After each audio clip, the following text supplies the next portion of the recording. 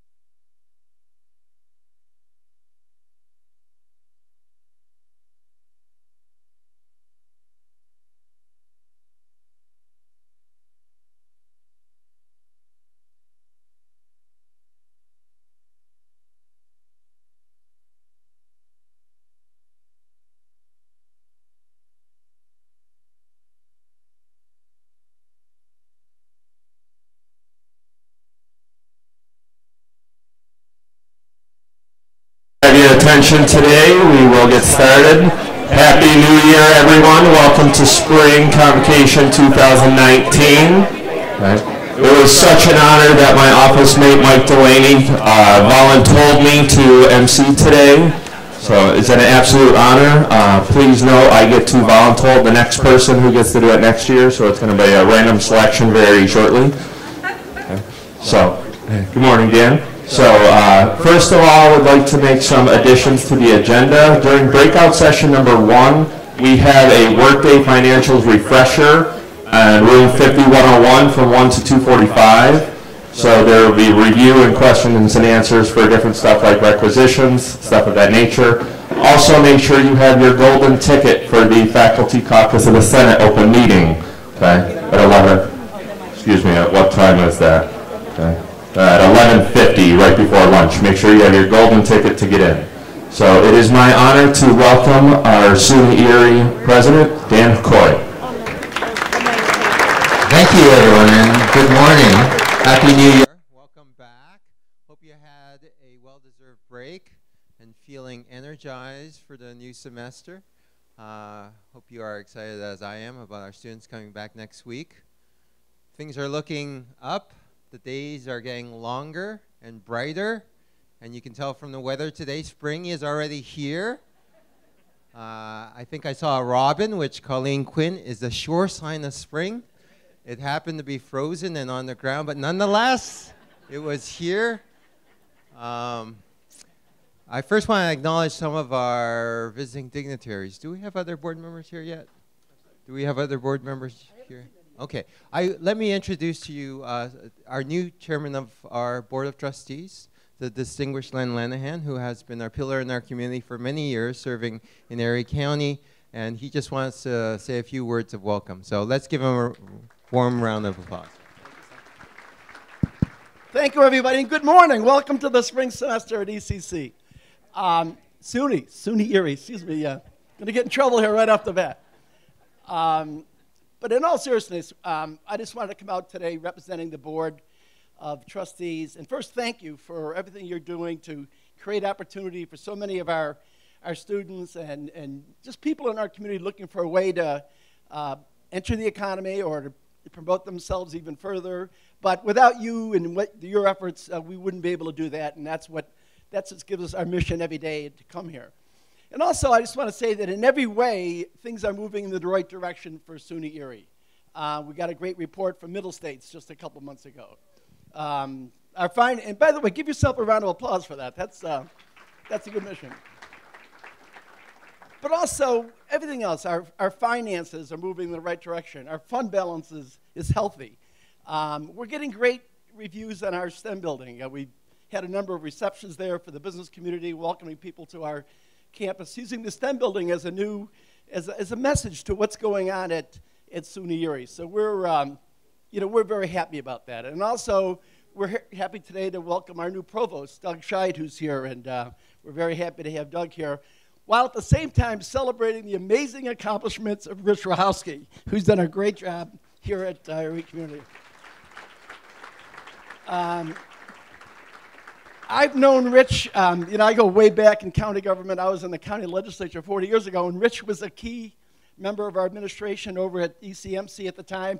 So he's just had a great career. So we're going to celebrate him, of course, over the course of the next few weeks. But also, we're happy to have Doug here on board. Doug's returning to Western New York after being up north for a while. We're happy to have him back. But most of all, today, the message is thank you. Thank you for really helping us to chart a new course for SUNY Erie, a new name, a new direction, and just new great things happening. Just the other day, I visited our new Northland Training Center, which is just doing great things. We're having a big reception there tonight. SUNY Erie is very much a part of that. But most of all, I want to thank our president for just a great job that Dan has been doing since he's been here a year and a half. And things are happening everywhere, just moving in a new direction. So thank you on behalf of the board. Have a great semester. We'll be here to help. And let's keep in touch with everybody. Let's keep communicating. And let's have a great semester, okay? Thank you so much. Thank you, Len. Thank you. Len has been a great mentor and friend to me. And I can't imagine a better leader for our campus. So let's give him another round of applause. So welcome to the Spring Convocation. This is our 4th convocation. And this is also the 2019 convocation, which is the first we've ever had. So the new year provides some opportunity for us to not only, provides an opportunity for us to look back at 2018 and look forward as well. And so I'd like to begin by looking at some of our achievements. Something that we've been able to do together is put our finances in order. So we passed the first balanced budget in 6 years without having to dip into our reserves or raising student fees and tuition. And thank you so much for helping us do that. We've been, since my arrival, been able to put over $4 million back into reserves. And so there is now an embarrassment of riches. We have $18.5 million, which is more than the entire county has in reserve. So I'm thinking of starting the SUNY Erie Bank, and we might be able to loan out some money to the county or TSA officials or others who might need a loan at this point in time. Also, as Len mentioned, we have gotten off warning from Middle States. This is nothing short of a miracle because we were able to do this in just 1 year, and I want to thank you all for helping us do this. And it's an example of what we can achieve when we work together. And we had several brand new public-private partnerships which brought in hundreds of thousands of dollars in non-tuition revenue, including our Facebook, Citibank, and TIAA partnerships. I want to also look back at our SUNY Erie Cares initiative, which we started in the fall of this year, this academic year. Again, CARES stands for compassion. We just joined with the University of Michigan to look at mental health status for students at our college. And as many of you know, mental health is one of our most neglected aspects among our students. And so it's in looking at where our students are in relation to others that we can address their issues better. And then March of this month, I don't know if Regina is here, but she will be organizing SUNY's Got Your Back, in which we will be assembling 1,000 backpacks with comfort items for rape crisis centers throughout the region. In terms of accountability, oh, that was a little too quick, sorry. In terms of accountability, I forget what I was going to say with this. That's right. So many of our staff have received customer service training to better serve our students. And there is a new student code of conduct, which we will be, I think, presenting today as part of convocation. And this will help us address student issues better and in a more effective and respectful way. Relevant culturally, we had our first Culture Day in which a couple hundred people were assembled and celebrating each other's cultural diversity. And we sent our SES, over 30 senior staff members, to the Community Foundation for racial equity training, and they will serve as coaches for other employees at the college. And then we have a new exciting Diversity Academy, which allows us to talk about some of the difficult issues surrounding equity and diversity. And there is I don't know how clearly you can see it, but the schedule of events which will begin on February 5th and go to May 9th. In terms of excellence, Citibank gave us $200,000 just to put a tablet in our new student lounge at the STEM campus, at our STEM building on our North Campus. This will allow our students to look at job opportunities at City. The only reason they would invest that amount of money to put a tablet is because of the excellence of our students, and that's a tribute to what you do with them. So thank you. Earlier this year, I sent out an announcement about a scholarship opportunity to go to Senegal. So friends of mine from West Africa during my time there let me know of this opportunity, and one of our own faculty members, Mary Altair, I don't know if she's here. She's in Senegal, right? Good. She was one of only a dozen people nationally who were able to get this scholarship. And I just want to welcome Susan Schwartz, who just arrived. Do you want to say a hi? Welcome, Susan. Another trustee member from our Board of Trustees. And students first. We're continuing with course and college-wide satisfaction surveys so that we can hear directly from students what's working and what's not for them. And then we have a new veterans initiative in which we will have certified rehab counselors on campus 2 days a week to address any issues that they may have. It is also intended to improve their resilience and persistence so that they can graduate. They will also be more aware of veteran administration services available to them. And this is another way we are helping our veterans students succeed. Okay, so I think 100 years from now, we will look back at this time as we're still around with technology. We'll see this period in higher ed as the period of great disruption. So we are seeing new business models in higher ed today that we've never seen before. For instance, Purdue, a private university, purchased Kaplan, one of the largest for-profit providers, so that they can have instantly an online platform for their courses. This is huge.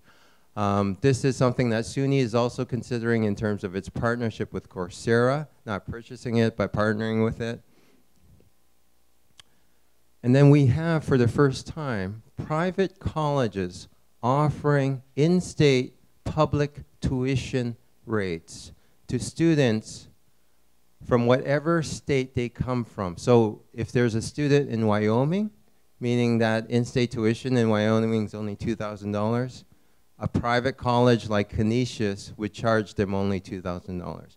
Again, this is something that has been unheard of in higher ed, but it's that competitive right now. So privates are matching public tuition rates. And technology is still having a huge impact on innovation in higher ed. So for instance, we have, there's about a dozen apps that high school students can put on their phone to see, based on their GPA, their areas of interest, right? And the ROI, the return on investment of going to any particular school based on starting salaries, which is the best college or university for them, right? So there's already a dozen apps that allow students to pick a college based on their GPA, their interest, and how much they want to make coming out of college. And there's changing workforce needs, and this is happening all the time. I think I showed you this last time, but in 2017, the top 5 S&P 500 companies, right? Only 2 of them were tech companies. Within the last year, all 5 now are tech companies, right? Now these 5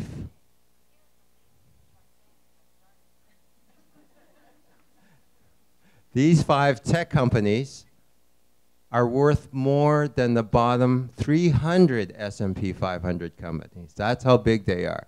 And so This is the new regime, and we need to address our course offerings to reflect the workforce needs of today and tomorrow.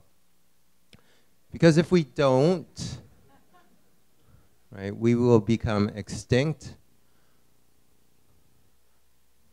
So again, extinction is the rule and survival is the exception in terms of the arc of human and evolutionary history. So you probably all know what this is. Yeah. It's a tardigrade. And it's been around since the beginning of time. It's a water creature, microscopic. You can't see it. It's a sign, an indication that supports the rule of survival of the fittest, right? You don't have to be the strongest. You don't have to be the fastest. You don't have to be the prettiest. You just need to fit in your competitive environment better than anyone else to survive. So, what I hear all the time from people is the suggestion that change will not happen that quickly, right? And we only need to look an hour east of here for a cautionary tale, right? So the Silicon Valley of the 70s and 80s and even 90s was right here in New York State. It was in Rochester. They had the finest scientists and developers, right? And so we had Kodak, Bausch & Lomb, Xerox, et cetera, et cetera. Right? And we know what happened in Rochester. So with Kodak, for instance, in terms of film sales, let me see if I understand this correctly. Total camera sales. That's right. So, digital cameras, sorry. I'm glad I read it because I didn't understand it either. So this is a graph of digital camera sales from, obviously, it didn't come into effect until 90-something, but the increase in sales was exponential, and this was not anticipated by Kodak, which had 90% of the film market. Oh, there we go. Total camera sales, sorry. Total camera sales is what the graph's about. It might help me to look at these before I come up here, but the introduction of the digital camera was around the year 2000, and we see how camera sales increased exponentially from that point on. And then we see a drop, right? With the introduction of higher resolution smartphone cameras, right? And so we see how quickly the industry can change. Now, we're also seeing this right before our eyes, which is the increase in smartwatch sales. So the increase of smartwatch sales means that people are buying fewer smartphones, right? They can do what they need to do on their phone, on their watches now. But this has been just within the past since 2014, right? So less than 5 years. Kodak, oh, this person is Steve Sasson with the very first digital camera. Kodak actually had the patent, the exclusive patent for the digital camera, and they sat on it. And when they saw digital camera purchases going up in that exponential curve, they tried to implement it as fast as they could, and they still couldn't catch up. So it speaks to the speed at which we need to operate in higher education. And one of the challenges is getting new academic programs passed, new formats, new platforms, new offerings. It requires internal approval, it requires SUNY approval, and it requires state approval. So 3 very complicated and political layers of approval, right? Now, we have no control over SUNY approval, and we have no control over state approval. The one thing, the only thing we have control about is what we do here at SUNY Erie. So I encourage you to think and act more nimbly so that we can be more competitive and more efficient. Because there are many examples where institutions, companies, industries have not responded quickly enough. And I really see us, SUNY Erie, as the major engine of social and economic change in the region. So I think it's our charge, because we are part of this innovation ecosystem, I think it's our charge to lead the way, to ensure that Western New York remains competitive and this renaissance continues to grow. So, I think this is one of the keys to the future. The governor in his message just yesterday in the State of the State encouraged the state legislature to pass recreational marijuana for New York State. Now, I know you're thinking this is crazy, but over 25 states have already legalized in some form. We are already behind. There's a small country north of us called Canada, which has legalized it nationally last year. And if we don't jump on the wagon, right, we will be left out. So, for instance, during Prohibition, Canadian liquor companies were able to establish themselves and their distribution routes, right, including sending Canadian whiskey to Grand Island in the middle of the night. So Seagram's and other companies were able to establish themselves because we had Prohibition, right? And now there are billions and billions in investment in Toronto because it's legal there. So this is an industry. It's like saying, oh, we're not gonna do technology here, right? We're not gonna do any tech in Western New York. So, right. 3 reasons why New York State should legalize, and 3 reasons why we need to be part of it. One is that it has incredible medicinal properties. There are people suffering from all sorts of chronic pain, including veterans, people with cancer, that could benefit from marijuana. 1. Secondly, there's millions and millions in tax revenue we're leaving on the table. Right? And thirdly, it's part of the new economy. It's part of economic development for any state today. So you might have seen this recently, just a few days ago. We announced a partnership with Flora.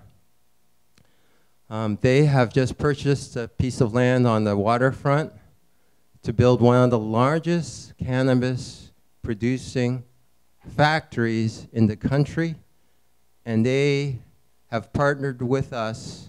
They have chosen us to provide all the workforce for that factory. So that's up to 1,000 new jobs. Thank you.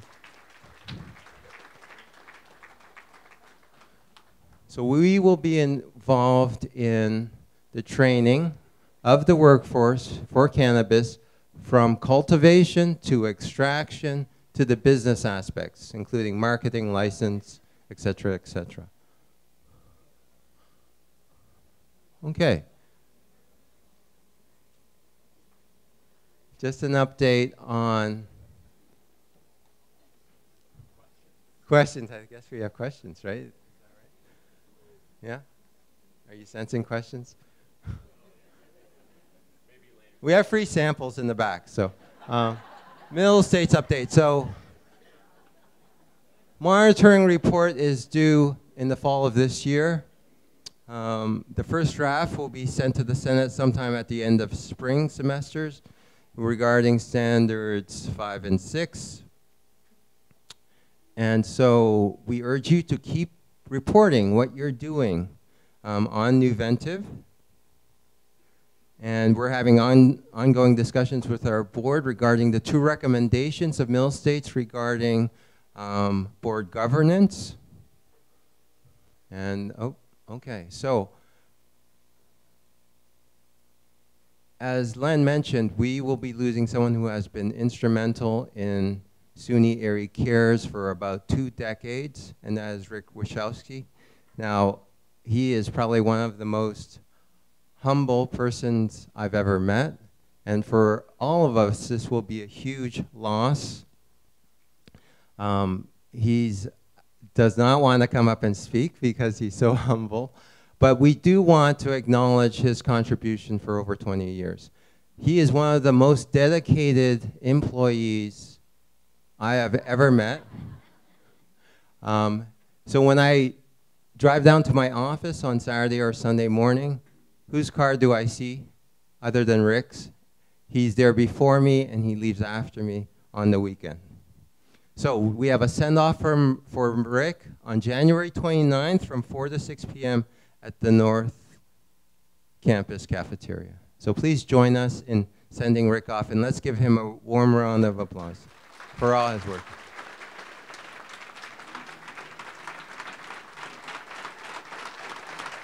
It makes him uncomfortable.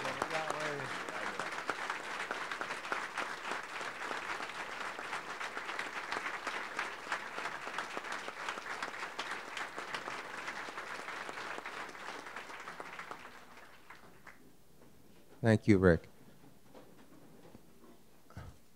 So with that, we have a new provost who just started a week and a half ago, 2 weeks ago, Doug Scheit, who comes to us from SUNY Canton, who has a long history of innovation with regards to online programming as well as student retention.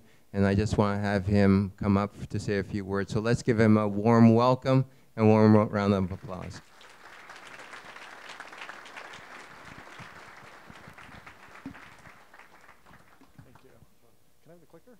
Thank you very much. So it's a little odd for me to start by saying welcome back since I wasn't here, but I will, conceptually. And by the way, in terms of the cannabis, at my previous campus, I actually went, well, first I talked to our leadership and said, what do you think? It's kind of everywhere. Cannabis, anything? And I'm like, I don't want to even say a word about this unless the president, I'm like, you'll end up in the Chronicle of Higher Ed. And he was like, yeah, let's float that. And so I went to the business department. So the administration, who's usually, a little buttoned up, was like, yeah, we'll go out on that ice. I went to the business department and said, this is coming. It's everywhere. What do you think? And they're like, oh, no. And I was like, okay, the faculty are conservative and the administration is willing to go where it might be controversial. But it's very interesting. And the thing that fascinates me is in every discipline, you can touch on this in terms of legal. We had legal studies, business, mental health and addictions. It touches sociology. It touches so many disciplines, political science in terms of this move, as well as business. So it's a fascinating thing to study because it's not easy to understand where we've been and where we are right now. But the faculty decided to take it safe. And I'm like, if you're not first, the view is always the same. So other places are not going there, which provides a great opportunity if it works for us. And the partnership is really exciting. So I always like to start with the way a good faculty member should. Please clear your desks and take out something to write with. No, just kidding. It's not a pop quiz. And there won't be a quiz afterwards. And one of the things I just want to mention, I was really excited to come back. This is day 11. I'm back in Western New York. And when I got the job, thank you, Dan, I was so excited. I went on the bookstore website and I bought myself a baseball hat, as one does. And I've been wearing my ECC. It was on clearance, so it has the old logo, but I did buy the clearance hat. But I've been wearing it around, and the fascinating thing for me is people react. I went to the bank to change my address, and the bank officer said to me, she goes, "Oh, so what brings you back?" I said, "I got a new job and a new hat." And she said, "Oh, I went to ECC." It was the best thing for me. I'm from Orchard Park. I was not ready for anything else. It was a great start. And I was like, well, that's fantastic. That's wonderful. And here you are. And then I was at Delta Sonic ordering one of their, guilty secret, really good pizzas. And the guy behind the counter said, "Oh, ECC, do you teach there?" I said, "Well, no, actually, it's a new job and a new hat." And I said, did you go to ECC? And he's making the pizza. And he said, oh, well, yeah, years ago. I said, would you like to come back? I'm doing the work here. I should have had a pamphlet. Like, how's it going? So anyway, what was interesting was wearing the bling, having people kind of come out and out themselves as an ECC alum and the value proposition that they experience. And I think that's understated in our community. So that was a great welcome for me to be walking around having people go, oh, ECC, yes. In fact, my assistant at Canton, when I did let her know that I had gotten the job, she said, oh, I'm from Orchard Park. I went to ECC South Campus. And so no one had told me that until that time. So it was very exciting and a great welcome. So in a previous life, I was Dean of Education, so I'll begin with an anticipatory set. Here's how I'm shaping what we're talking about today, my introduction and thoughts about this semester. And I don't want to set a clear agenda because it is day 11. I want to say, here's where we're going. And then we'll hear a little bit about Rick in terms of his comments about accomplishments from last semester and the view forward. And then, of course, some opportunity for Q&A. I recognize that this is an opportunity to introduce myself to the campus. And so as a lot of folks know who saw my YouTube, it didn't go viral, but apparently I was on YouTube. I'm first generation college. My parents said that kids go to college for two reasons. One, because their parents went, and two, because their parents didn't go. All four of us went because our parents didn't go and wanted to. I'm a psychologist. Have been a professor, a chair, a dean, interim provost, and all of that at Brockport, and then provost at SUNY Canton. And SUNY Canton, by the way, up until '97 was a 2-year college. Same associate's degrees and certificates that we have here. And 41% of the students now at SUNY Canton are in online programs, so interesting experience and strength in learning there. And I want to share with you as, my personal view, and as it comes to my family. Our son is 12, and in 7th grade, as you can imagine. Life is interesting. And oftentimes we say to him, Matthew, why are we making you do your homework? And the family mission statement goes like this: so you can have a what, Matthew? And he says, a good life. Like, let's all say it together. We're doing this so you can have a good life. Okay, so it's a big mission. And it does resonate with what we do here. And so one of the ways I'm looking forward to getting to know you, broadly, collectively, as well as individually, is to hear what you already believe about what we do. I think that's an interesting, big question, and it's open-ended as a good psychologist. So I can hear what is bubbling to the top for you about your beliefs, your concerns, your view forward. So many of you who might have seen my viral YouTube video, my interview presentation, know that my philosophy about what we do, my belief about what we do, resonates with that family mission statement. My first job was as a movie theater usher. I don't have the black bow tie anymore, but I almost wore it. White shirt, black bow tie. And on the tickets at the movie theater, it always says admit one. I really believe, and this comes from my father's view, that a post-secondary credential is the ticket to the middle class. Education is the way out, or the way in.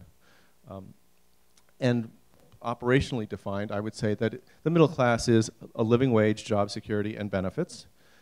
With a post-secondary credential, it's reasonable to expect that out of your life. And without it, that's aspirational.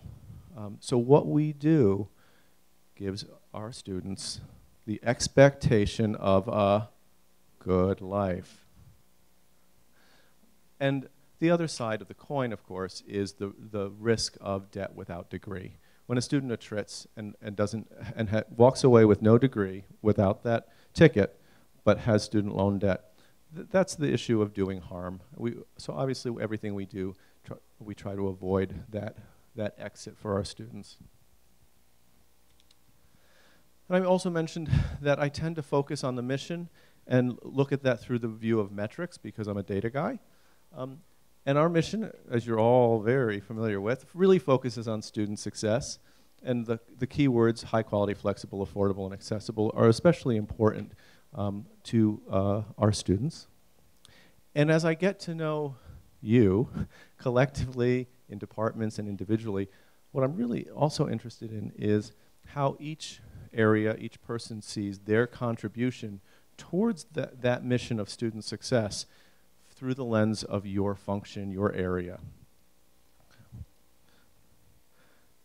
And I've mentioned that I'm mission focused because it's important that we're all rowing in the same direction. That direction is student success. And even Matthew knows that, although we don't call it student success, we call it a good life. I'm metric driven because the view from here for me is most of the time on North Campus and periodically, weekly, on the other campuses.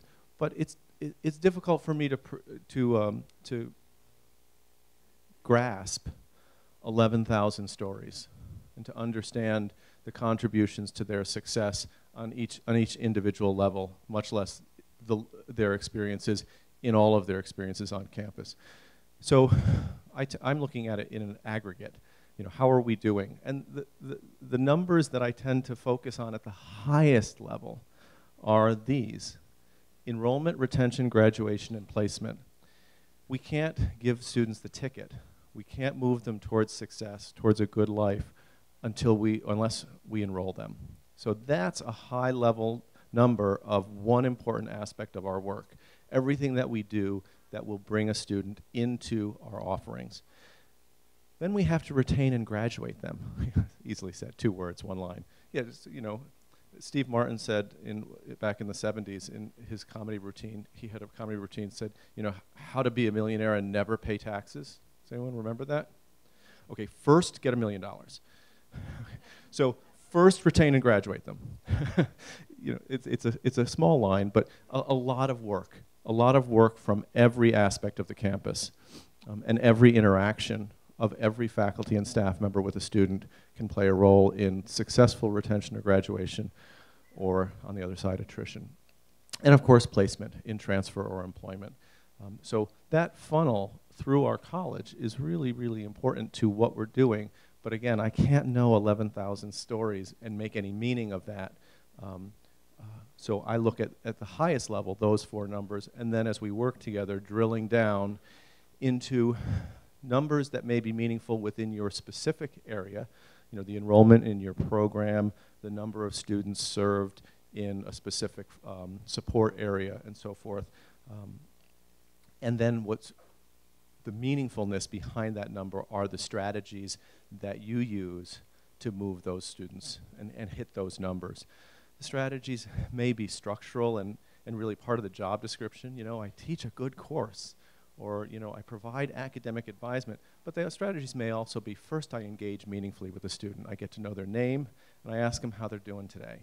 You know, the strategies can be in the job description or implied. Okay. I'm metric-driven, focused on that mission, because it's so easy to be distracted by squirrels. And if you saw me on YouTube or came to the presentation, you know that from the movie Up, that dog is Doug. And I always joke, you know, Doug is distracted by squirrels. Don't be like Doug. Doug is focused on the mission. Be like this Doug. So, you know, I like this slide. But so I just want to share some thoughts. Again, it's day 11. Some thoughts about, as I'm getting to know you, us, ECC, which is way more than day 11. Some things that I'm starting to think about and looking forward to adding to this level of understanding of the college and what we do as I get to know each of you, either your area or you individually. So I'm going to shape this through enrollment, retention, graduation, and placement. In terms of enrollment, some of the things I'm starting to think about, you know, how traditional and post-traditional students.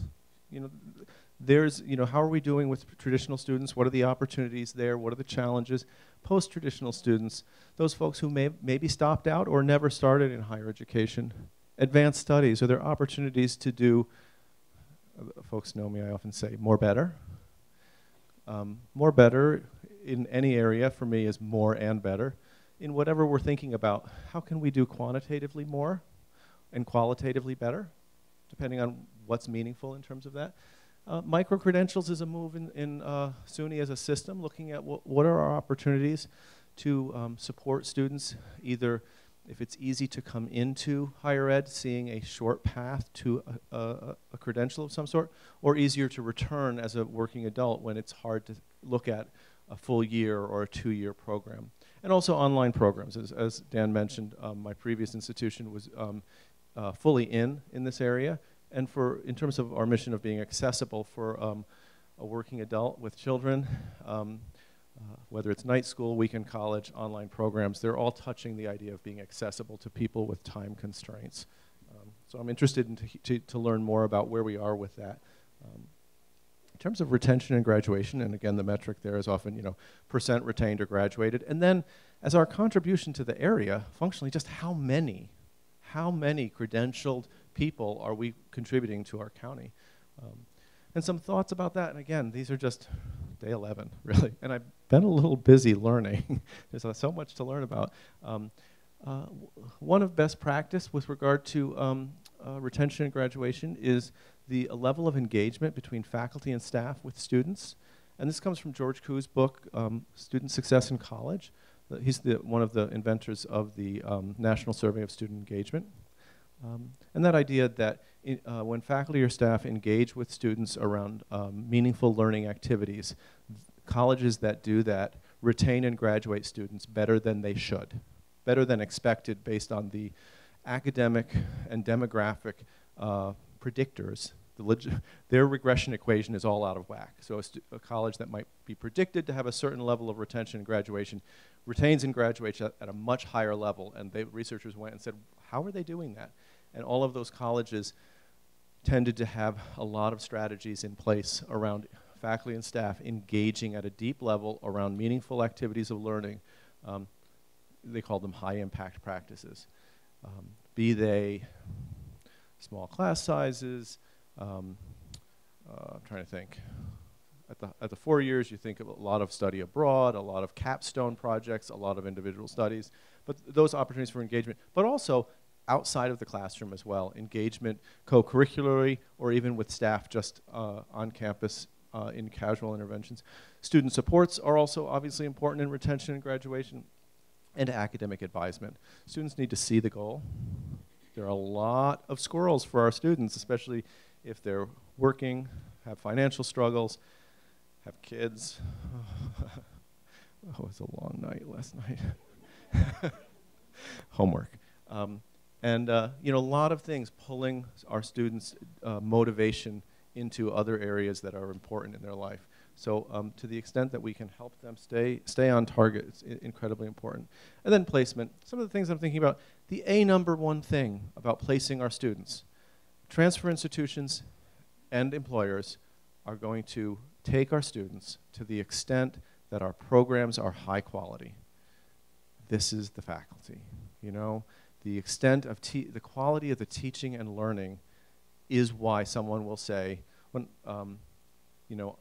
I want that student, I want that employee. When I was a faculty member in the substance abuse counseling program at Brockport. One of our alums was the director of clinical addiction services at Strong, Patrick, he's a great guy. And I was told that when he was hiring, he would come out and say, so do we have the folders for the applicants for the counseling position? And they'd say, yeah, they're right here. He said, give me the Brockport ones. That really speaks to the idea of when we create a really strong academic learning experience for our students, that's going to become, the employers are going to be aware of that. And they're going to choose our applicants, our employment applicants, perhaps over other folks, because they're going to know the quality of the learning experience that they had. So in terms of placement, #1, the quality of the teaching and learning.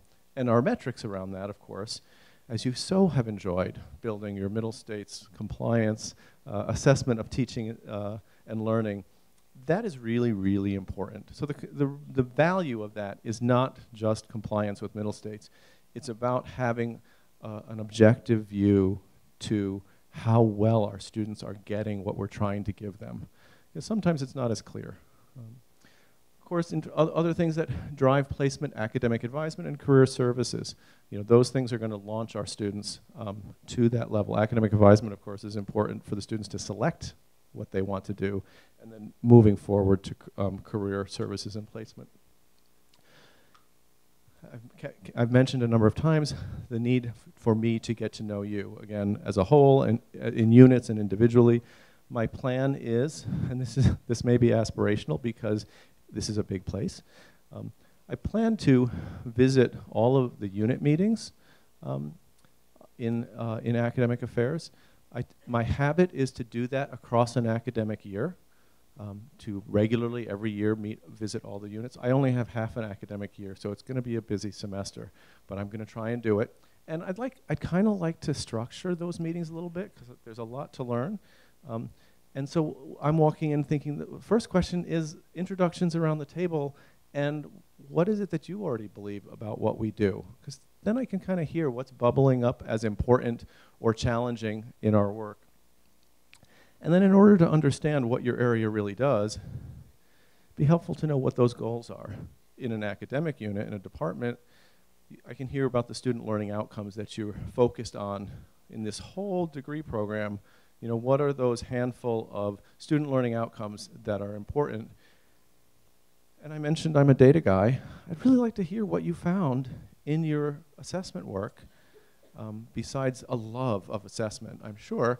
But what was your interpretation of what you found, and what does that mean you're doing? If you found something that was not quite what you expected in terms of student learning, are you implementing an action plan? Are you talking with each other about what you want to change or what you're trying to do next in your curriculum? And I'd like to know if you have resource needs around that. Most often the resource need is faculty say the resource we're applying is faculty time, either individually or as a department. We're discussing what we're changing or how our courses integrate together.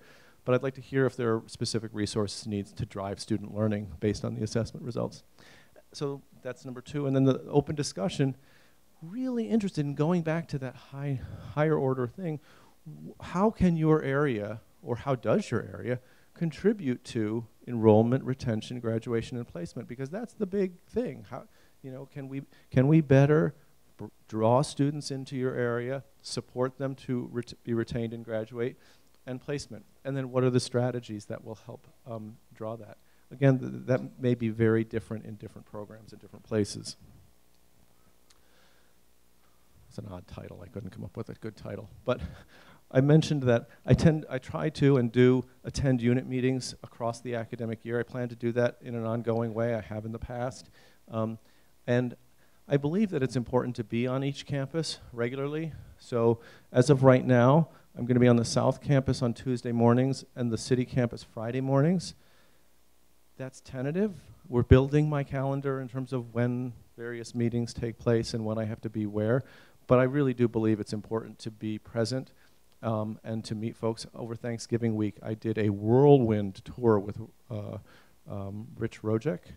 Thank you, if he's here. But I owe him a big thank you because we went Monday morning to South Campus, Monday afternoon to City Campus, Tuesday morning to North Campus, and I'm sure I met everyone. It was crazy. But I do think it's important to be present. So if you're interested in meeting with me, I'm going to be on each campus every week, unless Dan schedules me somewhere else. And of course, Joan will know my schedule, and you can call her and schedule an appointment. And of course, my regular interactions with various committees, our team of leaders in academic affairs, and one-on-one supervision meetings. Your concerns hopefully will bubble up that way. And wanted to ask Rick to come up and say a few words about looking backwards and looking forwards. And again, after that, we'll take any Q&A if you have any questions.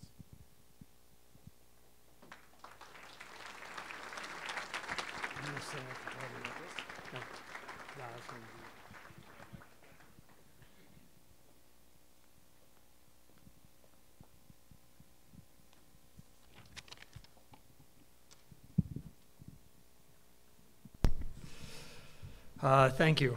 And again, as everybody has mentioned, thank you for your support over the years and all the other things. And as Dan has said, I'm a humble person. Came from a humble background, and to be able to be your provost and to turn it over to a great person, Doug, who I've known for a while, and it's really exciting. But I'm here to tell you a little bit about the college for this past semester. We're going to open up a school pantry for food. This has been worked on by Denise Raymond from the Career Center. And we're going to have meals for individuals who are coming to ECC, as well as individuals from the community. This is exciting. The Food Bank of Western New York is supporting this particular initiative, as well as the staff and faculty. I think it's exciting. I think we don't realize how many people here actually do not have food to eat and stuff like that. Divisional oversight, there's three new deans that are here at ECC. We have Adiam Zagai over here, if you could just stand up.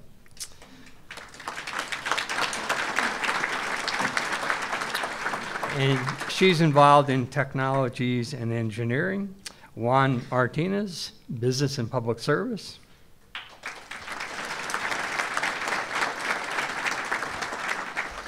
Joanne Kulmerauer and Jamie Smith, who have liberal arts and sciences.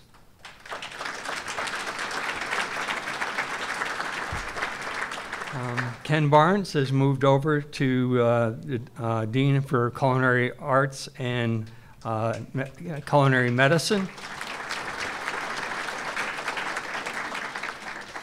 I raised that one because this is a new venture for us, an exciting venture for us, and we've been talking about cannabis. As many of you know, I've had some illness over the last couple of years, and I haven't yet had the opportunity to really get into it. But I'm thinking about becoming a volunteer. So if you see me in there, I'm just volunteering, okay? And we have Mark Huber, who's the Dean of Continuing Education. And somebody who has been part of my partnership, which is PJ Wiles, who's been the Vice Provost for Health Sciences. And I think PJ is here. Some new curriculums we're working on. We're working with Ford Asset Program and working with the Chrysler CAP program, West Her automotive dealership, an English degree, Homeland Security, and a welding certificate.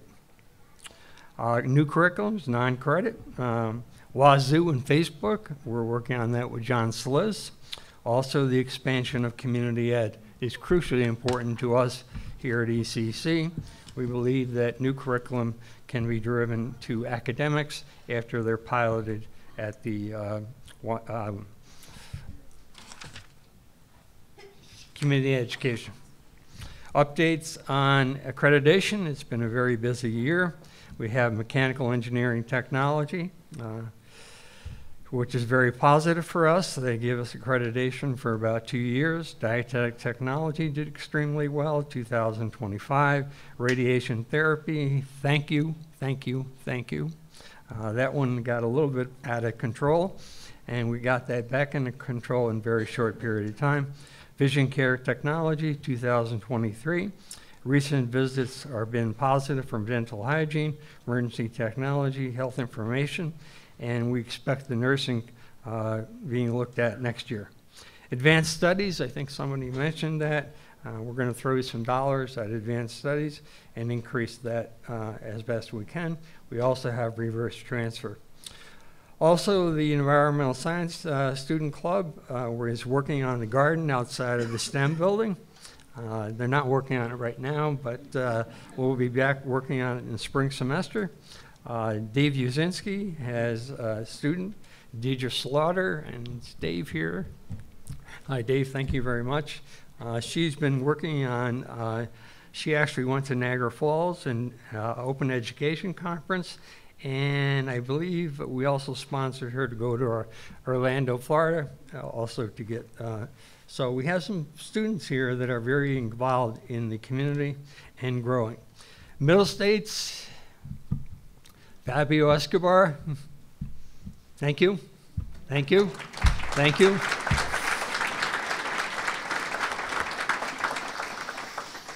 Northlands, it's been a challenge this past semester, but I think we're on the right track.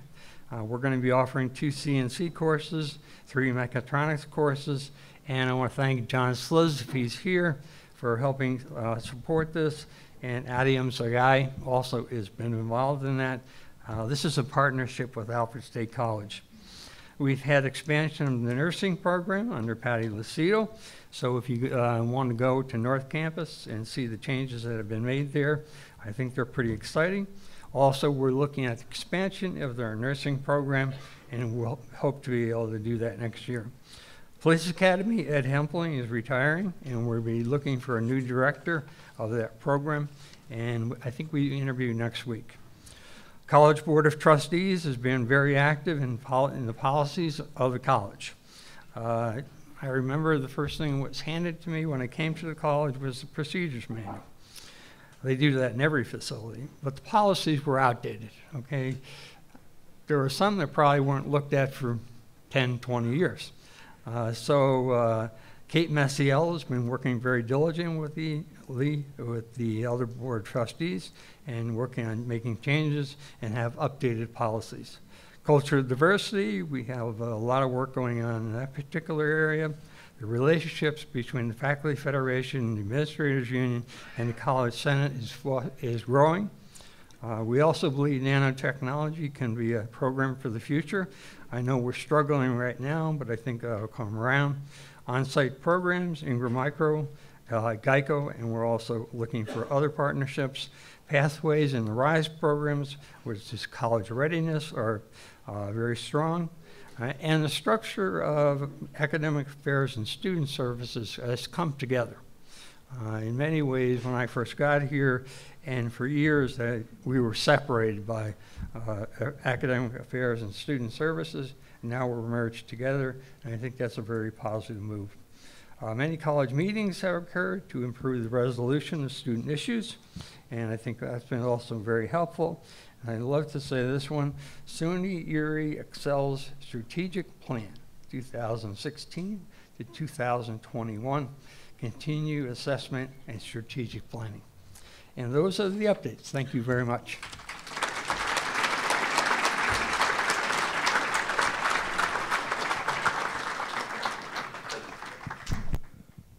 Thanks, Rick. So, and we can take questions. No, we can't. We're out of time. But I just want to say, have a great semester. And Joan told me to include this. Please remember to use my ECC Academic Affairs resources. It's in there somewhere. And I want to say thank you in advance for all your work in this coming semester to help our students have a good life. That's the really big picture. A good career, a good life in the community. All of that is an amazing thing that I really do believe at the end of our careers, when we look back and think, you know, what I do, it's going to be that. Whether we actually get to bump into our students and our alumni and their students, their children, or we just know the impact that we had. So thank you in advance. Thank you, Doug.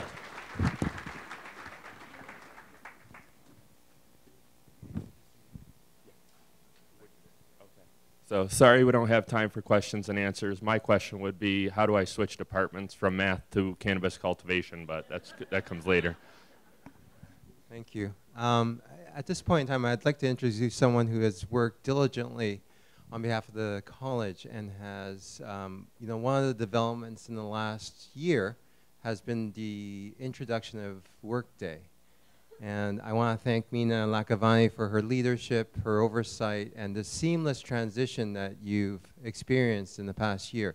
She's been able to bring us into, well, now we're into the 19th century probably, more or less, but we went just 6 months ago from paper time cards, if you remember that time, into electronic data, and this is a huge accomplishment for us, and it helps to keep us innovative, more efficient, and I just want to give her a warm round of applause. Thank you, President Hakoy. Let me see. Okay. Good morning, everyone. So I'm going to spend 10 minutes to give you an update on Workday project that President Hakoy talked about. And this is a 5-year-long project, so I'm going to talk fast and give you a pretty higher level overview of where we were and where we are and where we are going. So that's, this is our, as President had mentioned during his speech, that we should continue to really evolve and stay at the cutting edge and not become dinosaurs. What we had was, we had a Lucian colleague that was 30-year-old ERP system. We are still using that, and hi, speak, okay, thank you, all right. So what we are doing is that we are using Workday to go all throughout the business functions of the college and change the information fabric of the college one by one. So this is our 5-year-long project, and we started working on it last year when we got the approval in 2017. No, this is actually 2017, not last year. In July, to go ahead with the implementation, we spent a year on developing the plans for implementing HR system, payroll, financials, and business office. I think many of you have been using those. I hope you like it. So this is a huge project. We are going to give you functionality as we go along. So this will, you will see lots of functionality coming down the pipe, and we have divided this project into 6 phases. So we have rolled out phase 1 and phase 2 to 6. I will give you a quick overview of how we are moving along. So that is the Workday student. That is phase 2 to 6, and it will include all these important modules that I have listed, and we will have student core, student recruiting, student admission, student records, academic advising, financial aid, and student financials. So this, that's what will be, it will be all covered by the Workday system, and it is not an ITS project, it is a business project where everyone is involved. You're hitting your slide. Oh, I'm sorry. What did I do? Okay. All right. What happened?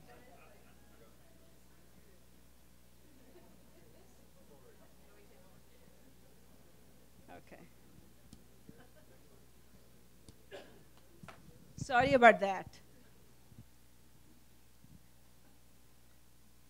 Okay, so I wanted to take a few minutes to talk about this slide that I had, the picture, the chart, so that you have some understanding for the next 3 years. Keep going. Yeah. I will not touch. Okay. So this gives you a pretty good higher level overview of where we were and where we are going. So we have color-coded these ones so you can see it a bit more, and the blue boxes are when we plan. This is a rapid development prototyping strategy that we are using, where we plan, we architect, we configure, and then we test and roll it out. After that, we stabilize the system so that we roll out and learn how things are and continue to improve it. We have done that phase 1, as I said, phase 1 and 2. phase 1 and phase 1B, which is staff recruiting, that was just rolled out this month. And those features are now available to you. Phase 2, that will get kicked off in February, just in less than 4 weeks, where we are so thrilled and excited about it. The planning for phase 2 to 6 will happen in February. That is in less than 4 weeks. We will all go through immersion and would be planning for the next 3 years. So those are the blue boxes that you see across the board for different phases. All that is happening next month, where we will sit down and plan, and then we will start architecting it in phases. As you see, that first one is admission and recruiting, and then other ones will go after that. So we are hoping by the end of this year, we will have admission and recruiting functionality available, and then slowly we will start getting all the other functionalities as well. So that doesn't mean that colleague is going away. Colleague is still here until we flip the switch at the end of 2021. That is when we will flip the switch. So we are going to be building temporary bridges between colleague and workday, so the college functionality continue to exist and we continue to do the work that we have to do. So that means that you may be using 2 systems while we are building it. So we want to really make the functionality available as we go along instead of waiting for everything to complete. So there are benefits to that. So this is a kind of higher level big picture that you see, and the final conversion will happen by the end of 2021. And then after that, it will take us a year to stabilize the system and to make sure that everything is in place. Okay. So there are lots of players who are involved with this, and here I have outlined the roles for the implementation of the Workday student side, which are Provost Doug Scheit and Penny Howard has the overall oversight of the project. I am the executive sponsor. We have Steve Smith and Nora Clark, who are going to be the project champions. And Fabio is going to lead academic foundations. Rob Elnicki will be the technical architect, who was also the project manager for phase 1. Big thank you that he did a tremendous job. And for going forward, the project manager for this is Dave Arlington and Teresa Golan. We have change management. So we have done lots of planning over here. As you can see, recruiting and admission is Phil Struble and Paul Lamana, Andrew Ensi, Scott Wilson, Helen Gatt. So these are the leaders. Doesn't mean they are the only one who are doing it. We will have huge teams that will be working on it, and these are the team members who will be leading these efforts. Okay, so we have had the Workday Strategic Steering Committee in place since the last year, and this committee meets on regular basis where we discuss some of the challenges, issues, and make strategic decisions. So all the challenges that we come across, those things are discussed at this committee, and I have listed the committee members over here. So this is a new one that we are putting together. We are calling that ERP governance committee, and that is where the rubber meets the road. That's where lots of conversations will be happening about how to do the work, the business processes, business functions, and lots of debates and discussions. So this committee will be meeting more regularly. As you can see, there's huge representation over here. It is a big project. So delighted that we all are working as a team. And so that's a governance committee. I also want to outline that we will make all this information available on the SharePoint site And it is very important for us that we share all what is going on, so you have good picture, and we will be sending out more updates as well as we go along. Pardon me? Okay, so this is what the end product will look like, and where students will have student first is our part of our mission. We are very, the whole product we are building is around students. We want to make sure that students are considered first, and this is what students will see. All these functionality will be available to them all together instead of going into different systems that we have right now. So there is a quick update. Any questions? Yep. Workday will not replace Blackboard. It will integrate with Blackboard, so the information can be passed between those two. Workday will replace Colleague, and some people call it DataTel. Yeah, so that's word is being used. Blackboard will stay, but it will integrate with Workday.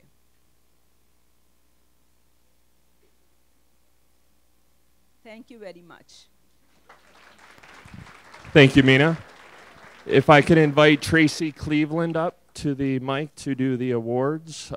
President Hukoi is already up here. A few announcements as Tracy's coming back up to do the awards. Remember, there's a late agenda edition, Workday Financials Refresher, room 5101 from 1 to 2:45. Please make sure you have your golden ticket for the Faculty Caucus of the Senate. Okay, that is at 11:50, right before lunch. And as Tracy's still coming up, I would like to make sure everybody has their pamphlet here on the Diversity Academy schedule of events. This was worked on very, very hard by Marianne Partee and other faculty. Please make sure you get this schedule of events.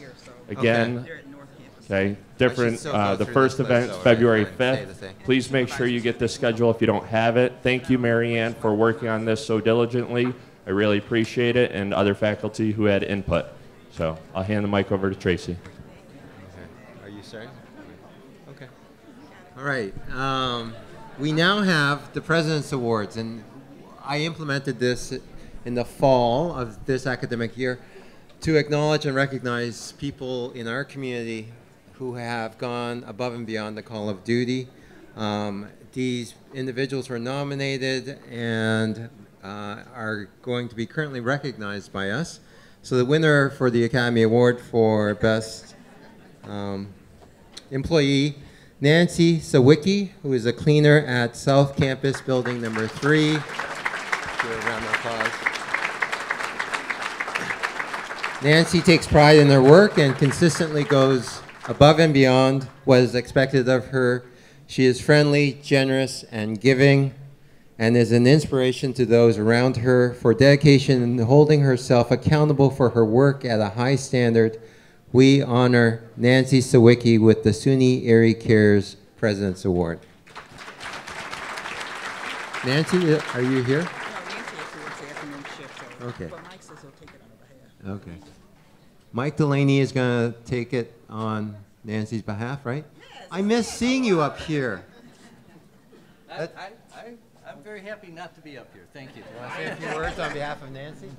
Well, you I'm nominate- sure Nancy's enormously appreciative of this award. you nominated And I will Nancy. make sure she gets it. Okay, thank you. Thank you, Mike.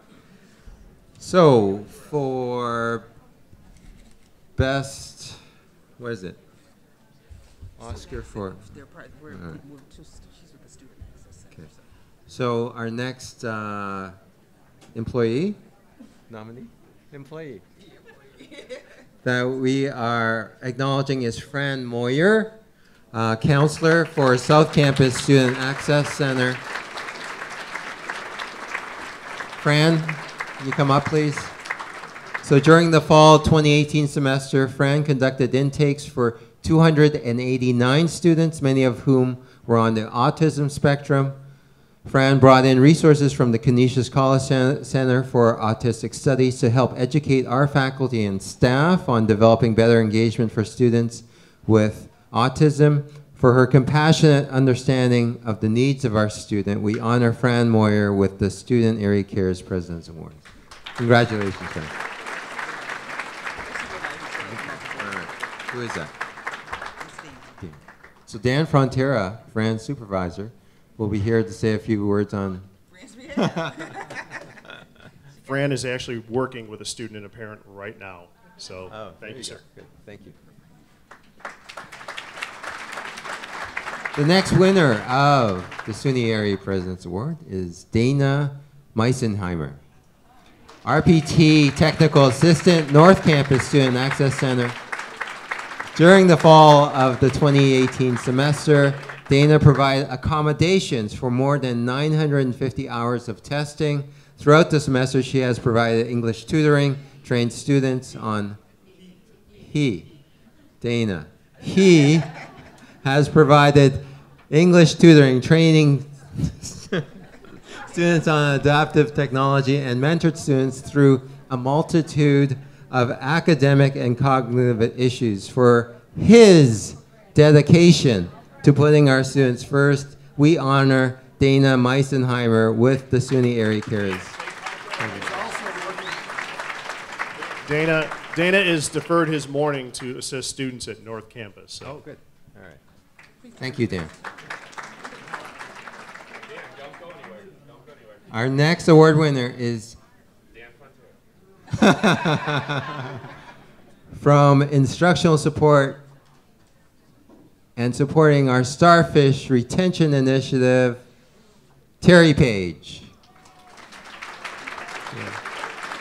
Through her hard work and dedication, Terry has trained countless SUNY area faculty and staff on the importance of Starfish early alerts in addressing student needs, as well as the longer-lasting impact on persistence and retention. For her dedication to addressing the needs of our students first, we honor Terry Page with the SUNY Area Cares President Award. So Heather is coming up to say a few words on behalf of Terry.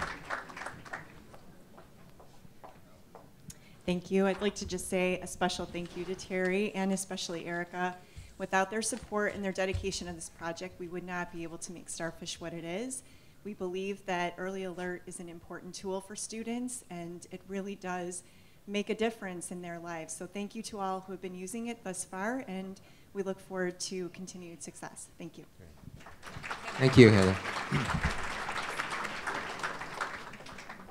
Our next winner is a counselor from City Campus Student Access Center, Susan McLaughlin. Come on up, Susan. Susan provided the intake and accommodations for 333 students during the fall 2018 semester. This past year, Susan led projects to create opportunities for students with disabilities in culinary arts and implement 3D printing for match problems for visually impaired students. For her compassionate understanding of the needs of our students, we want to honor Susan McLaughlin with the SUNY Area Cares President's Award. Congratulations.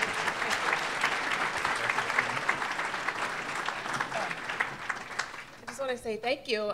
Thank you to the staff at City Campus. Thank you to the faculty that I work with. Without you, it is truly a team that provides students accommodations, so I couldn't do it without you and your support. To the other counselors, to Dan, Dr. Clark, Lisa French, the ones that I rely on, to Fran and Aaron, thank you. I really could not do this alone. Thank you. Congratulations, Susan. And our last but not least, our final award winner comes from North Campus Student Access Center, also a counselor, Aaron Garman.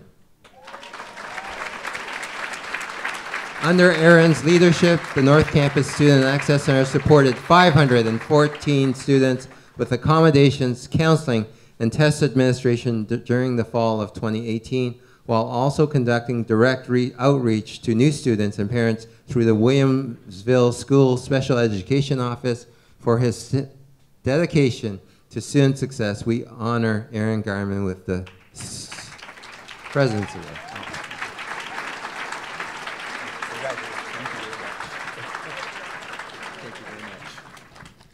Thank you, everyone. I just wanted to give a shout out to Dan Frontera, our director, the counselors, Susan McLaughlin, Fran Moyer, department chair, Amy Pishner-Faust at North Campus, and really all of the faculty that I work with. I'm newer to the college, but I'm also a former student, so that brings a different facet to my approach and when I work with students and my counseling approach and things along those lines. So this is really a novel thing for me, being on the other side of the fence now as a counselor and a staff person here at the college. So thank you. Congratulations.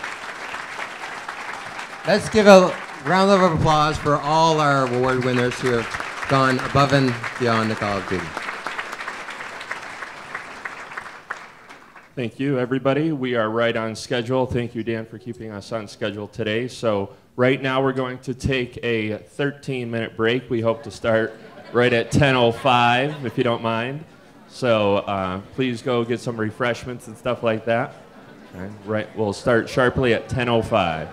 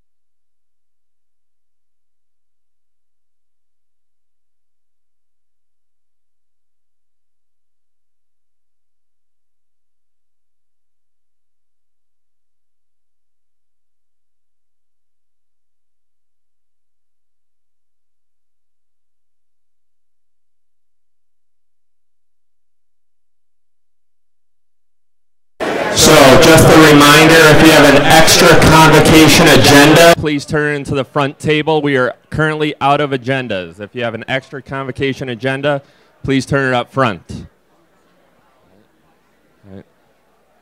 Same announcements going out again. If you didn't hear me before, 5101 is the workday breakout session at 1 o'clock in 5101. Make sure you have your golden ticket for the Faculty Caucus of the Senate as well at 11:50.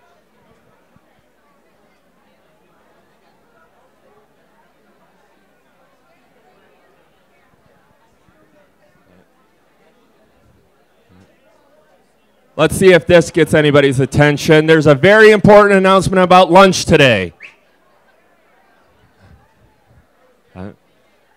So, let me make this very important announcement about lunch. Look how quickly that gets people's attention. Lunch will be served differently today. So when you go for lunch, there will be self-serve.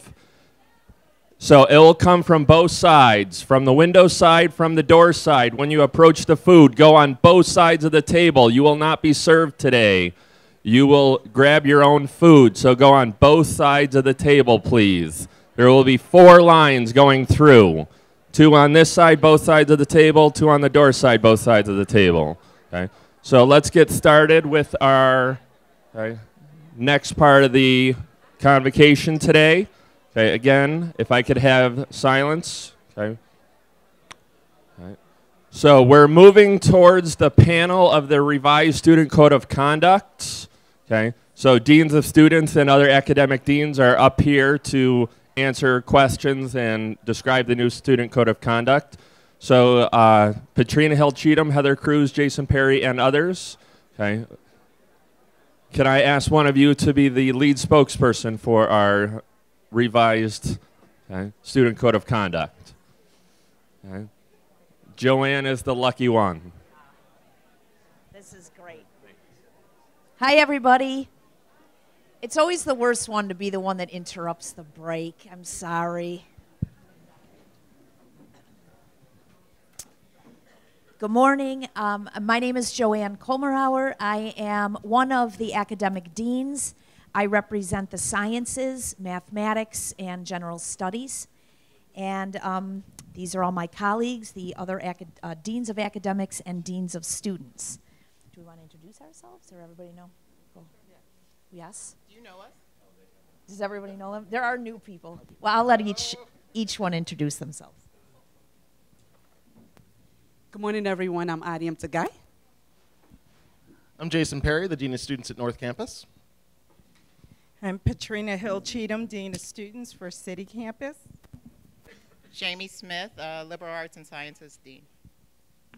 Good morning, Heather Cruz, Dean of Students, South Campus. It's like up and down, it's like whack-a-mole. Juan Martinez, Business and Public Services. Okay. Thank you. So we are in front of you this morning. We're just going to take a few minutes to talk briefly about the new Student Code of Conduct policy that was recently approved by the Board of Trustees and that we have all worked on. And it affects really all of our work. It affects all of your work in the classroom, and it affects our work as deans.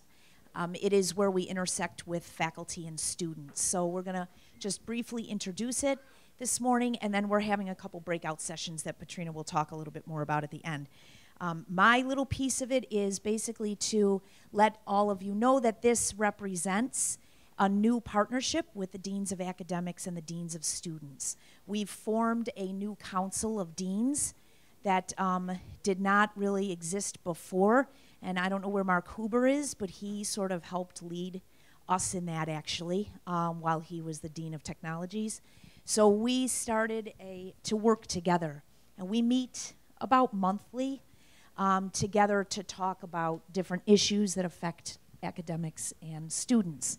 So we have a statement. This has been given to the president and the provost's office, how basically the idea is that we're going to work together to solve issues, make recommendations to administration that represents both students and faculty. And I can assure you that your deans of students very much support and do everything they can to represent students, and the deans of academics very much try and represent all of you. So we work together, we make decisions, recommendations, and the first part of our work has been this student code of conduct and trying to get this word out to you guys. So I'll let my colleagues come up and talk a little bit more. But you'll see this slide here. It's basically, Rick Wachowski mentioned this in his comments, the coming together of academics and student affairs, very much so when it was brought under the leadership of Rick, and now this partnership is another representation of that coming together. And so we're happy to have this new partnership. So today we're going to talk about this new community of standards we have. You're on, yes? Louder. Oh, okay, sorry. It's weird to hear your voice in here.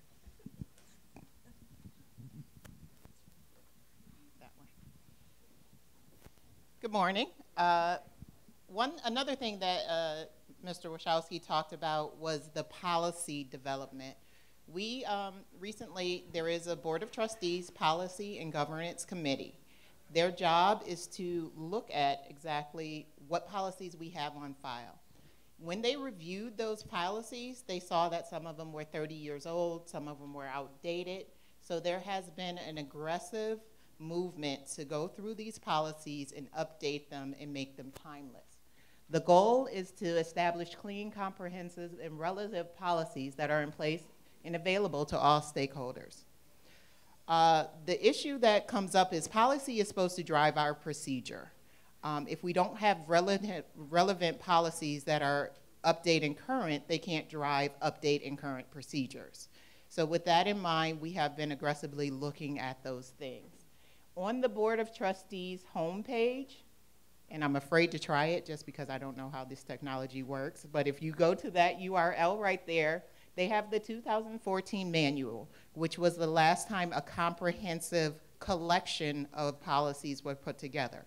That does not mean those policies were current in 2014. They just put them together in 2014. Joanne's going to be the bold one. Go ahead.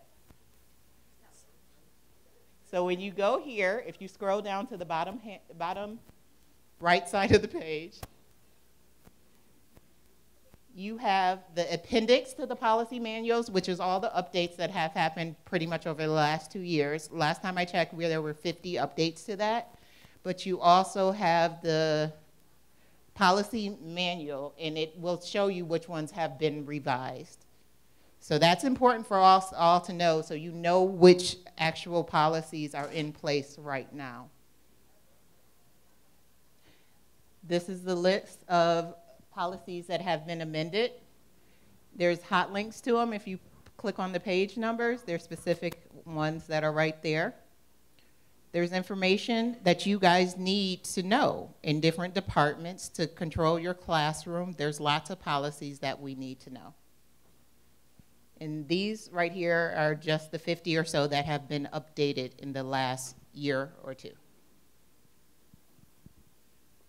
There's a format for the board, and we're also always looking for input. If there's policies that you think should exist or need to be revised, you can bring it up to your academic dean or the dean of student at your campus, and we will bring those forward with your concerns. Go back to the PowerPoint.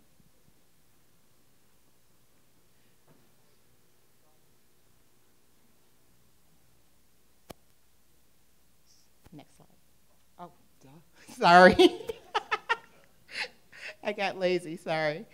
One of the policies that has been updated recently is the policy on policy development. This is very important because the policy defines exactly what a policy is at SUNY Erie. A policy is defined as a statement of intent about rules that are officially sanctioned and generally have college-wide applicability, meaning that the departmental procedures and those personal procedures, while you have the right to develop those are not technically policies of the college.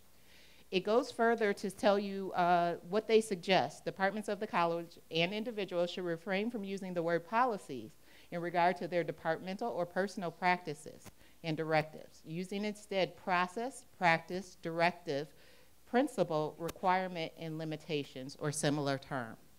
That is very important.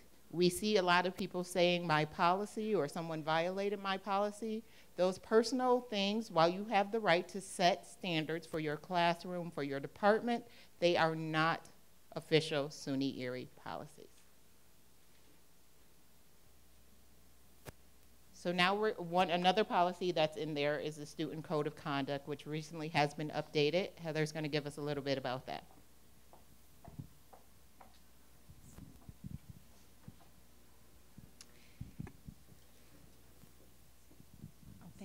Thank you. Good morning. The Code of Conduct clarifies the institution's mission, values, and principles in alignment with standards of professional conduct. The code is really used as a reference for day-to-day activities related to ethics within the institution. And it's designed to serve faculty, staff, and students. It outlines students' rights, ensuring that they are treated with respect, dignity, and fairness. Alternatively, the code sets forth clear expectations and responsibilities surrounding students' behavior in the classroom and on campus. The code seeks to provide a framework for creating a culturally diverse campus. We know that diversity helps members of campus community to entertain differing perspectives, fostering collaboration and creativity. The code is revised regularly as a matter of best practice in order to mirror trends in higher education, both at the state and national level. The policies are intentionally drafted in order to afford protections to faculty, staff, and students. One example of this is within the last 5 years, we've seen quite a few of change in terms of policy development related to sexual violence victims on college campuses as a direct result of VAWA and Enough is Enough legislation. These policies have enabled survivors to be able to come forth free of retaliation and in order to file complaints, to receive necessary referrals and services, and to afford protections to the accused. It's the responsibility of all faculty and staff to be aware of this policy in order to set forth consistent expectations of conduct for our students.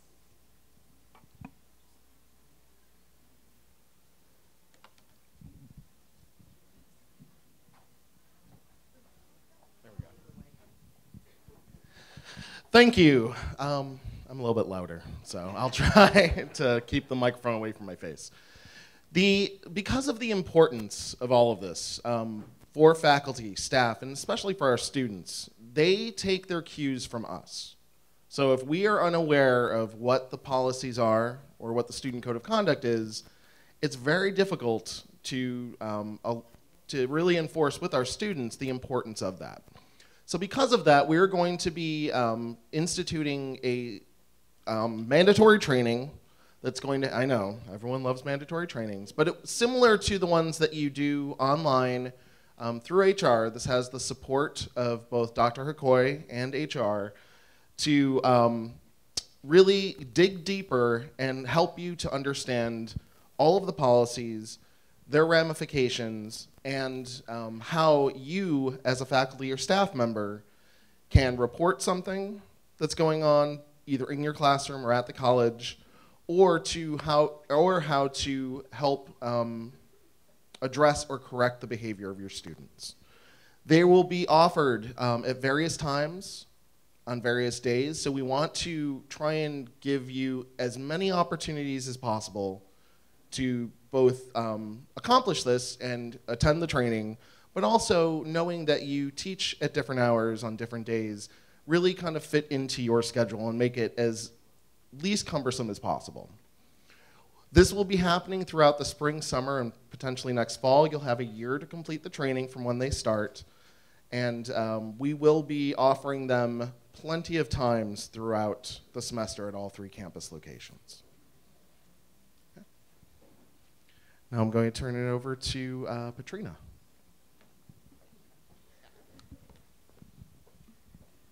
Thank you. As Jason had communicated just very briefly, that the purpose of the training will not only be able to help you learn about the policies and how to effectively utilize the policies within the scope of your classroom or your offices, But we will also provide during the training tools for you to be successful. We've heard your cries, some of us, for many, many years about the manual process to lodge a complaint or a concern regarding students or issues. And so I am happy to announce, with the help of my supervisor, Dr. Nora Clark, and our provost, Rick Rashowski, we were able to finally purchase a software. And let's see, I think we have. We were able to purchase a software product that would help us manage your concerns, complaints, and questions 365 days a year, 24/7. So this product will go live by the spring semester. We're in the process of building and implementing it currently. And you will be able to complete a short form, and that form will be routed to whichever group that you check off in the form. So if it's an academic concern, there's a group of academic administrators that will receive that concern. If it's student affairs, then it will be routed to the student affairs group. If it's security, it will go there. If it's an HR concern, it will go to HR. And I believe the only group that I have not mentioned is security. Did I say security? I said security. Oh, Title IX, that's the last group. So this tool will help us to better inform you of how to lodge complaints and concerns. It will allow us to be able to address your concerns and complaints more efficiently.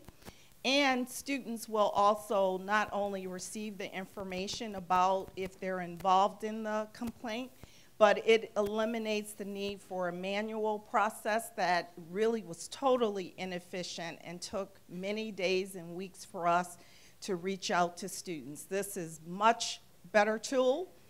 During the training, we will provide opportunities for you to see the tool, and you will also be able to interact with it, and you will learn how to complete the forms and the various forms that you can complete. I think the one group I did leave off is Dr. Clark is also leading the task force on mental health. So that's another entity that you will be able to complete a form if you have any issues or concerns regarding a student, and it will go to a group that Dr. Clark will work with that is composed of our counselors. So that's what we're going to review in our upcoming trainings over the next several months. For this afternoon's training, we have a special exercise where we would like for you to come to one of our breakout sessions, learn a little bit more about the student code of conduct and its applicability, how it impacts you in the classroom, and we're going to look at have a forward look at how you can contribute to the process and give us suggestions on what you feel we should be doing, or things, as Jamie mentioned, that should be policies that we currently do not have as policies right now.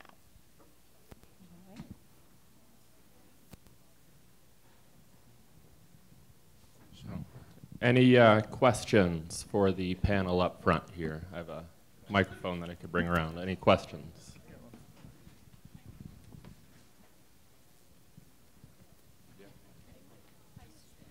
Thank you. I have three. The first is this in place for this semester? Can we get a copy of it somehow? The question was, is this in place this semester? Can they get a copy of it? So the second thing is it in the student handbook? Is it already printed in the student handbook? To answer your first question, the policy that has been revised in September of 2018 is currently on the website that Joanne showed you right now. You can look that up today. And we do not have a student handbook. If you're referring to the planner, that is the first time we've published it in probably about 10 years. It does have the code of conduct, but it was previous to the revision. Okay. And Jason just also reminded me that it's also on the ACALOG online college catalog too, if you know how to get to that as well. So it's live there as well. So if I were to pass it with my syllabi, this, what the policy is, now it's current. Yes, that's correct. You had a third? You had a third question? Yeah. Any other questions? Question in the back, Mike Delaney. Okay, just want to mention that we already have a mechanism and a place for vetting suggestions for academic policies, and that would be the College Senate. College Senate Chair Colleen Quinn is right here. Okay, Quinn at ecc.edu. So I honestly think that that would be the appropriate place to send suggestions for academic policies.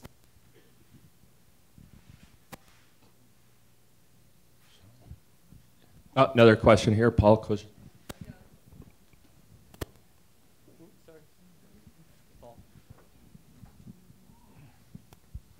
Thanks. Just wondering what the current system is or practice for students to become aware of the code of conduct. Well, we kind of have several processes that are in place. First and foremost, new incoming students learn about the Student Code of Conduct through participation in orientation, which is mandatory. So if you are a department chair, it definitely is to your benefit to encourage any new admits to participate in orientation. That's where they receive all of the information and tools that will help them to be successful. So that is their first introduction to the Student Code of Conduct. Aside from that, we have the student planners, we have activities that the deans of students have developed and implemented during the course of the semester. I can say though, and I have to be honest, we did this for the first time this past semester. We had about 10 or 12 sessions in conjunction with the academic dean that really was for the sole purpose of educating students on their rights and responsibilities. I think we had across 3 campuses, 15 sessions, 3 students that attended. So we're going to go back to the drawing board and try to figure out how we can make these sessions more attractive for students. We've been talking about them over the last several months. We're going to do some brown bag lunches and things of that sort, but we really need the department chairs as a partner in this process with us to help mandate perhaps students to come to some of these 40-minute sessions to learn about appropriate conduct and also their responsibilities and also their rights. But we also recognize that you guys have them sort of as a captive audience. They're already coming to you. So one of the way we're doing this is informing the faculty and the people that man the offices, our frontline people. So if you're empowered with the knowledge, you can share it with students also. We also had sessions for faculty and staff, so we'll be conducting those. So if you just want the information in order to share it with your students, we encourage you to participate in those sessions as well.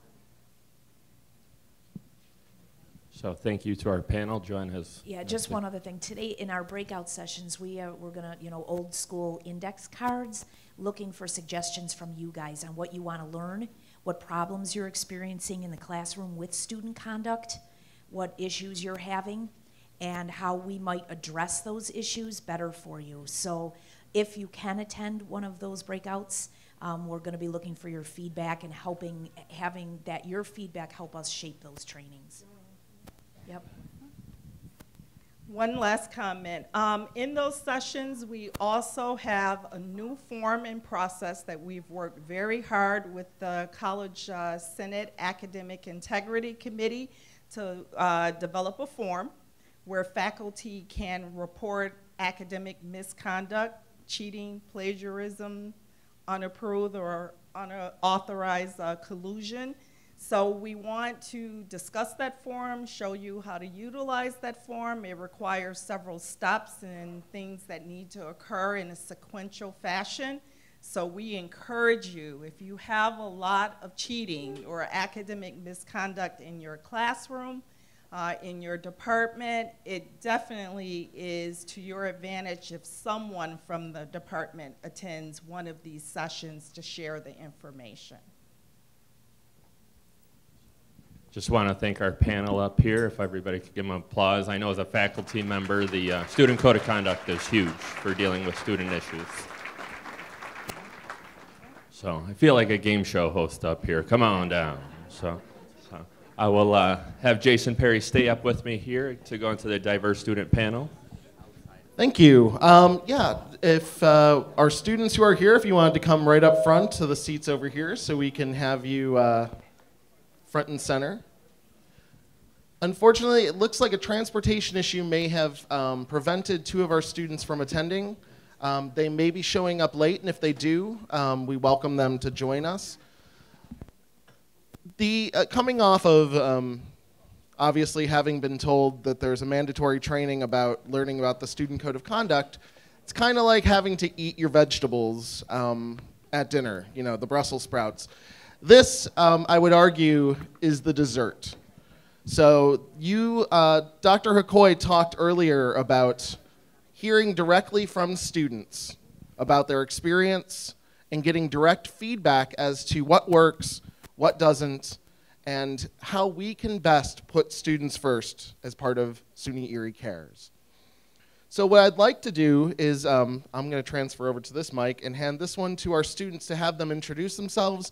You can tell us your name, your campus, your year, and your program.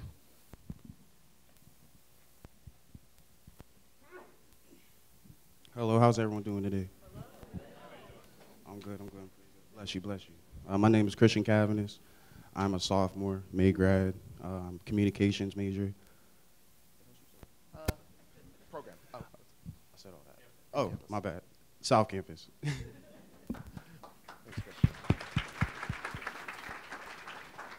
Good morning, everyone. My name is Maggie. I go to South Campus. This is my final semester here at SUNY Erie, but I hope to still be involved as much as possible.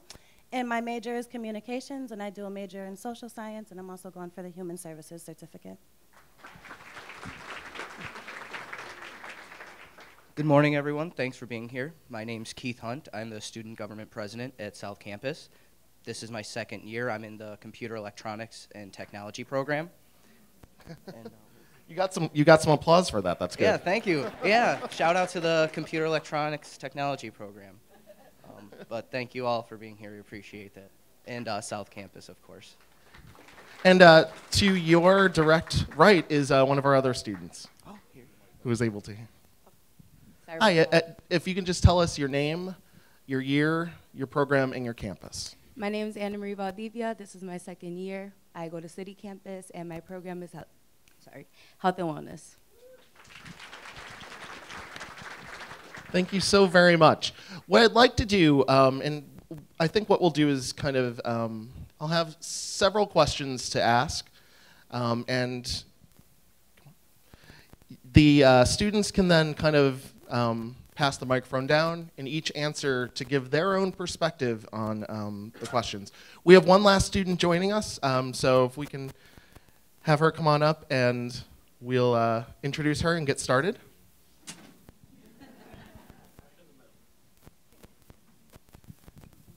If you can tell us your name, your campus, your year, and your program. Good morning, everyone. My name is Asia Hall. I'll be entering my third semester on the 22nd at North Campus. My anticipated graduation date is December of 19, and my program is Business Administration. Thank you so much. So, could each of you tell us what made you choose SUNY Erie, and why did you come here as opposed to any other institution, or what made you come to college in the first place? Well, I chose SUNY Erie. Besides the price, the big thing for me was the small classrooms. It gives you so much more time for one-on-one with the teacher, and you don't feel like just a face in the crowd. by the end of the semester, 9 times out of 10, I'll feel more like a family with the people I'm in class with, both students and faculty. And it's just such a rewarding experience.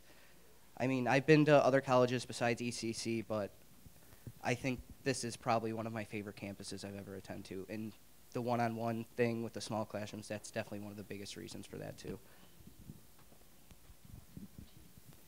I chose to come to SUNY Erie, one, because the price is most affordable. There's a big talk about it in the community of Buffalo, so I knew it was a good school to go to. But when I got here, the people who I spoke to in the admissions department, the advisors, the professors who I'd come across, that's what set the difference for me. Other schools that I had visited or considered, it kind of was just like, hi, you know, this is my job and I'm doing it and that's all. And everyone who I came across actually cared and they wanted the best for me, so that made me want to be here even more once I met those people. How y'all doing again? All right, I made y'all all laugh. That's all I wanted to do. I chose SUNY Erie because really I needed a fresh start. Coming from Atlanta, Georgia, it's different, you know, and I really didn't have, as you would say, the teaching expertise. You know, a teacher that really wanted to be there and help a student, you know, develop. And here at Erie, that happened. Of course, easier on the pockets. That's a blessing.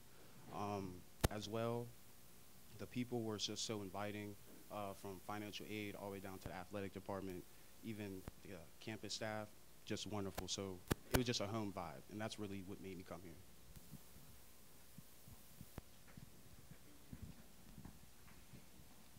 Why I came to SUNY Erie is because it's more convenient to me. I actually live in the west side of Buffalo, so it's like right 10 minutes away. Also, it's a good experience. They welcome you, and they're actually pretty good about it. That's really all. All right. Hello again. The reason why I chose North Campus of SUNY Erie is because of location. I live on Beach Road, which is about 10 minutes away from the North Campus, so it's very convenient for me. And my job at the time was very close to that campus as well. As far as financial aid and pricing, I'm a readmission student. I did 2 semesters at Buff State, 1 semester at a trade school in Atlanta, Georgia. And then when I came back from Georgia, I was trying to find somewhere where I could go with smaller class sizes, like you said, and was affordable that wouldn't attack my financial aid. An institution like, not to throw anybody under the bus, but like Bryan and Stratton will devour your financial aid in a semester. And that was a big concern of mine because now, with me being a little bit further into my career, I want to go up to my master's program.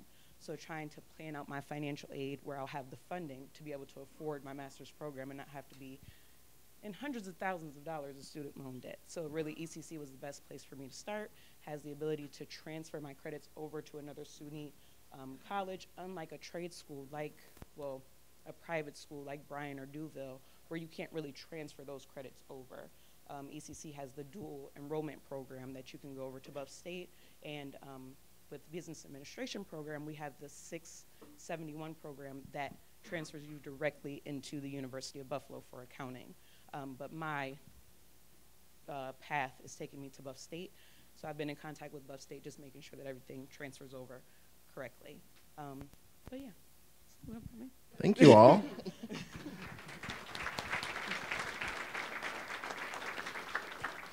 Could you share with us what has been the most positive or impactful educational experience you've had during your time here? So what is it inside the classroom that's really kind of sparked you and made the biggest impact? Inside of the classroom, it would be my microeconomics teacher, Professor Dautry.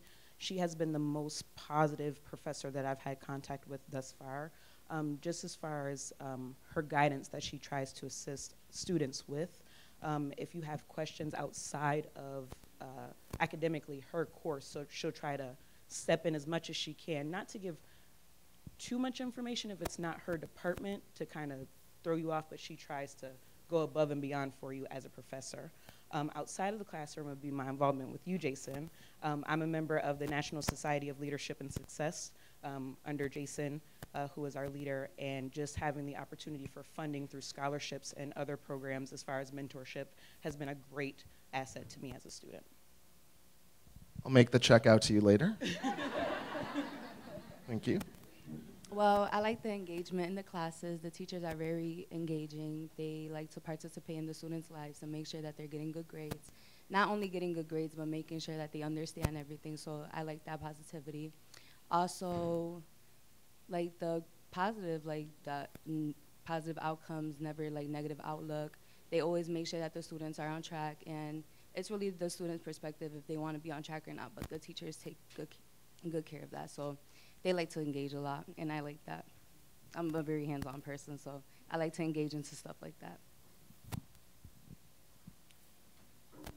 So I would say one of the most rewarding things I've seen on campus, especially in the classroom, was from my teachers in the CET department. Shout out to you guys, thank you so much.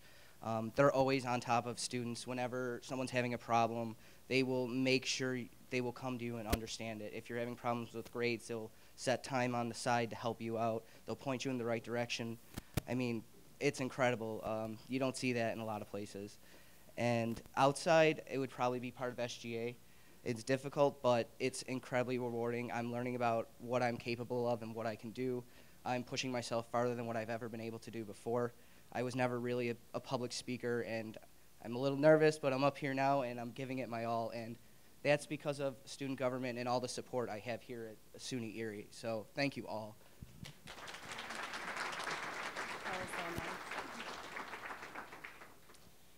The most impactful thing and positive thing for me definitely is my professors and the people who I met in the library.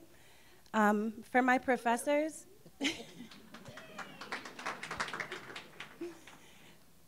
professors too. For my professors, the best thing about them, a lot of the faces in here know me, are familiar with my story, but before coming to this school, I had an 8th grade education and that was it. My professors paid special, close attention to making sure that I could get ahead, answering any extra questions, taking their own time even, to make sure that I was successful. And that's something that I appreciate the most. The people who I met in the library, I got a lot more personal with because I work there every day, all day. And when I'm not working there, I still go there because it's therapy. The library, Miss T, she's always there to help me, support me, give me advice. Miss Sharon, she is like the mom. She comes to my scholarship meetings with me, checks out schools, everything, on her own time, unpaid. So, and the librarians, they're awesome. They're always there to help me with my resume, with my book that I'm writing. They're willing to help me edit, and they're also willing to help me with furthering my education and helping me with applications because I do lack some of the basic skills. So that was the most impactful and positive thing for me personally.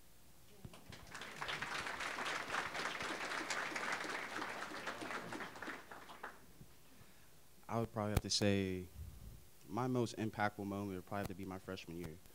My freshman year, coming from Atlanta, Georgia, it was just a different type of change. And from the teachers that know me from my freshman year, it was different. It was just a backstory. I understand I need to speak up. Apologies. From my freshman year, the teachers that I had, they were, I would honestly say, family. Mr. Stokes, Miss Stevens, Miss Benedict, Mr. Polinsky, Miss Fran, those teachers alone have helped me. They looked at me as more than just a student. You know, they looked at me as a son, you know, maybe a brother, and that pushed me to become a better student. They helped me get back into poetry. I'm a big poet. I love poetry. They also helped me build my self-esteem, my character, being able to walk with my chest out, everything. When I first came up here, I looked crazy. I am not gonna lie to you. I had my hair out.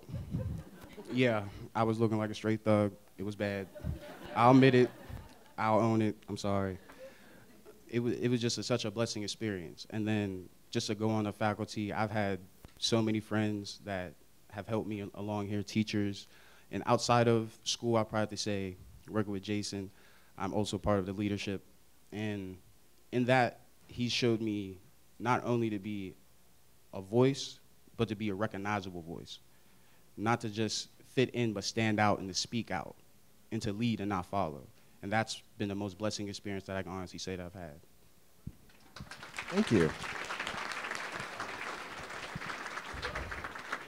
So on the other side, what as a SUNY Erie student has been the most challenging thing that you've experienced? And please don't name names if it's a person, but speaking to your experience, what's been most challenging for you? From experience, I'd probably have to say most challenging would be study habits. I'm not a very good study habit person, and the Student Access Center, along with the Tutor Lab, they have helped me with better study habits. Also, time management. I'm not too good with time management, so if I have a test tomorrow, I'm probably just going to study for 10 minutes before class. That was what I did before, but now everything's kind of more organized, more structural, so I'd probably say that was most challenging. One of the most challenging things I experienced here, I forgot to mention I'm also a student government member. While in student government and even prior, I noticed a big issue with food insecurity on campus. There's a lot of students, a lot of athletes, especially who come here and don't have the ability to properly eat. With the athletic department, for example, specifically, sorry to call y'all out,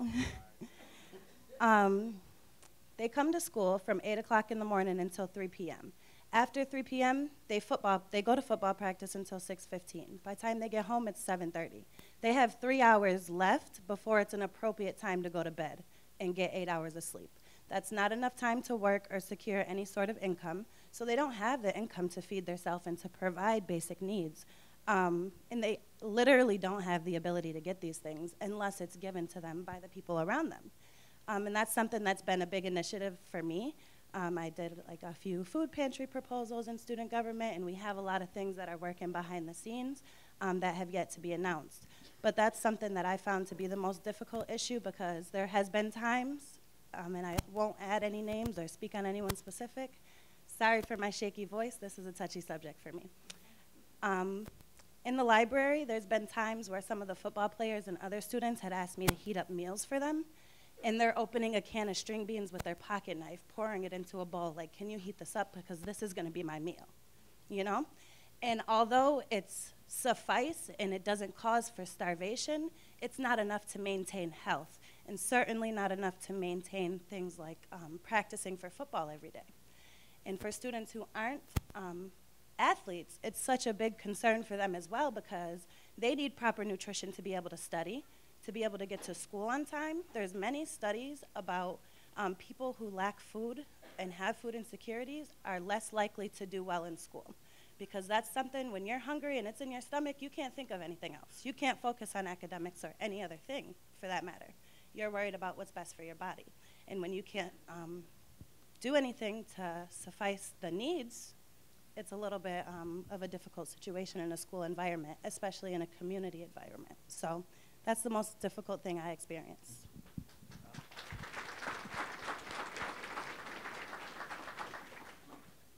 Well, the most difficult thing I've experienced since coming here would probably be balance. Balancing student government, work study, clubs, and just school in general. And because they're all so important, it's hard to decide sometimes which to focus on and how to keep them all balanced. And sometimes one falls before the other, and you always end up kicking yourself. But because of that extra challenge, it's pushing me to be better and work on maintaining my life and keeping things more organized in that nature. And I really have appreciated the incoming challenges, and I'm hoping to become better and help the school out a lot more.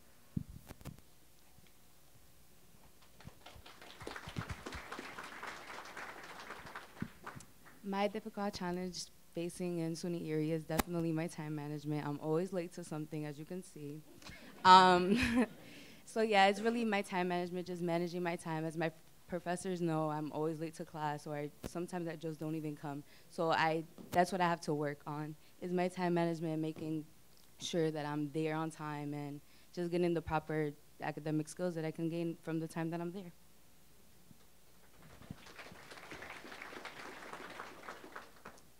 Okay, so the top 3 issues that I have had during my time here have been in communication, advisement, and financial aid. Those would be my top 3. As far as communication goes, communication in regards to the services that are available at this campus.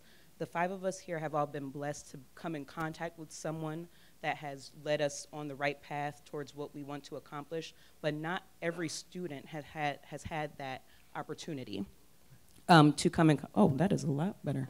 I am so sorry.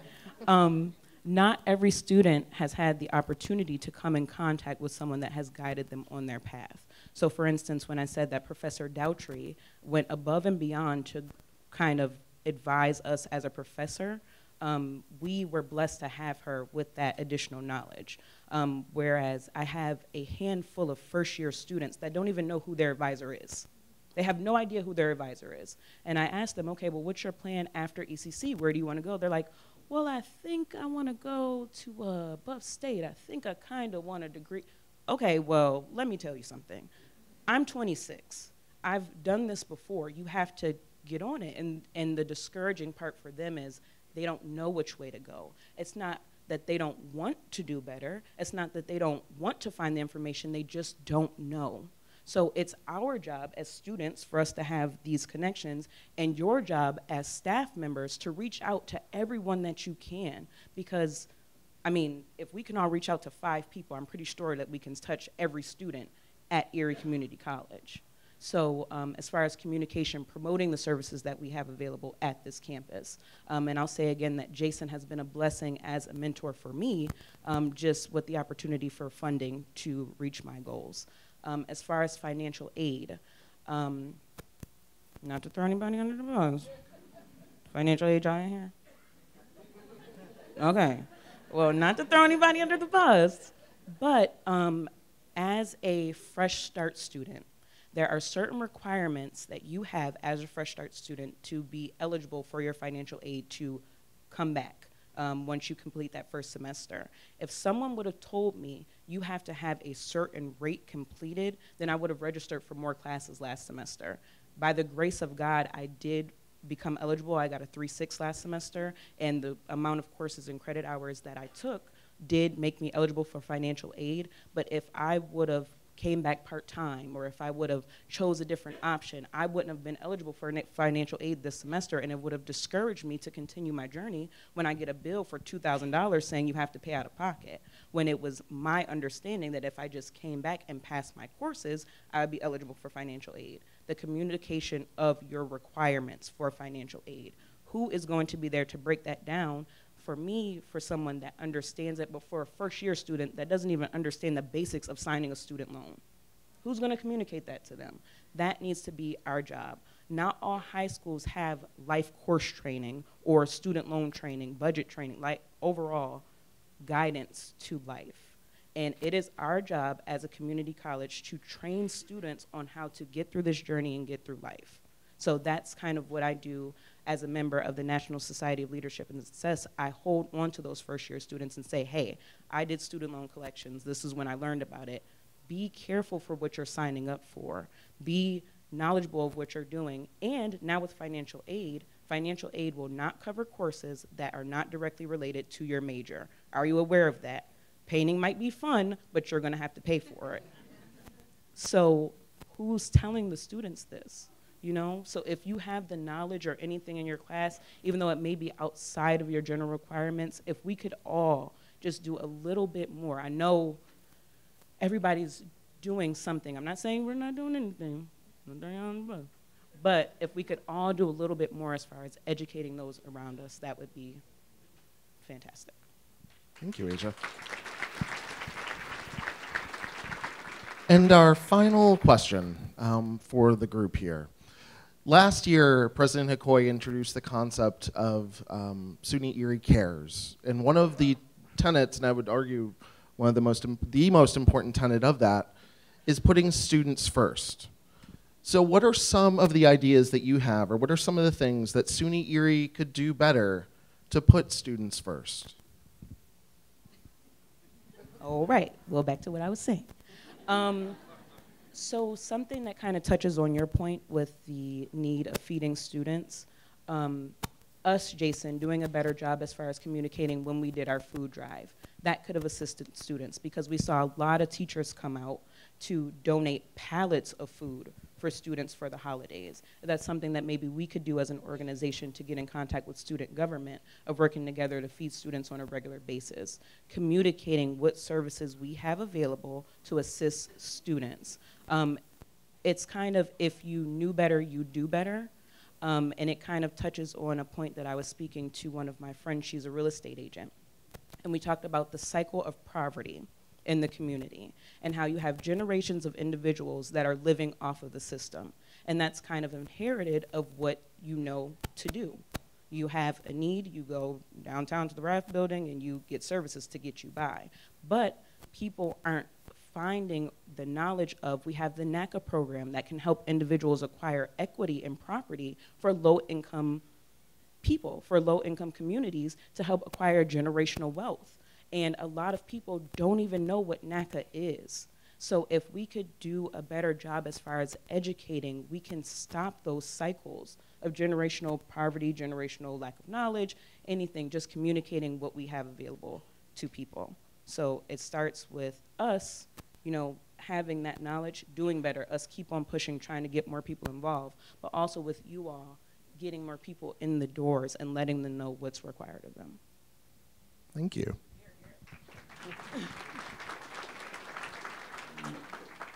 Well, in my opinion, it's all about the student. Like she said, if you knew better, you do better. So if you want to push yourself to go to college, if you want to push yourself to do better, you're going to do it. It's all the mindset game. That's how I think of it. It's all a mindset game. Like with my time management, it's all my mindset game. I have to change it to make it better. So I feel as if students want to do better, if they want to be more involved, they're going to involve themselves. And also with the teacher's help, but it's more of your inner self. If you want it, you're going to go get it. Thank you, Anne-Maria. So for me, a couple things that the school could do better for students is directions and advertising. Directions being having better mapping for the school so students know where they are on campus, especially for incoming students, because they get lost so easily. I know marketing is working into it right now, and I'm sure they'll have it done soon, so that's going to be good. And then the advertising. Students need to be able to have a place where they can go and find events and things that are going on campus very easily. I know the school is currently working on overhauling the website, which I'm really looking forward to. And another thing I really think that we need to focus on is making sure that student emails are kept after they graduate. Because how are we going to incentivize students to use that email if it's going to be gone afterwards, and everything they poured into it, all their reports and all those other things they sent out, it's not going to be there anymore. So what's the sense?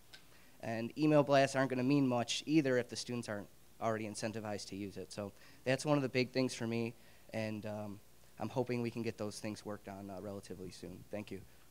Thanks, Keith.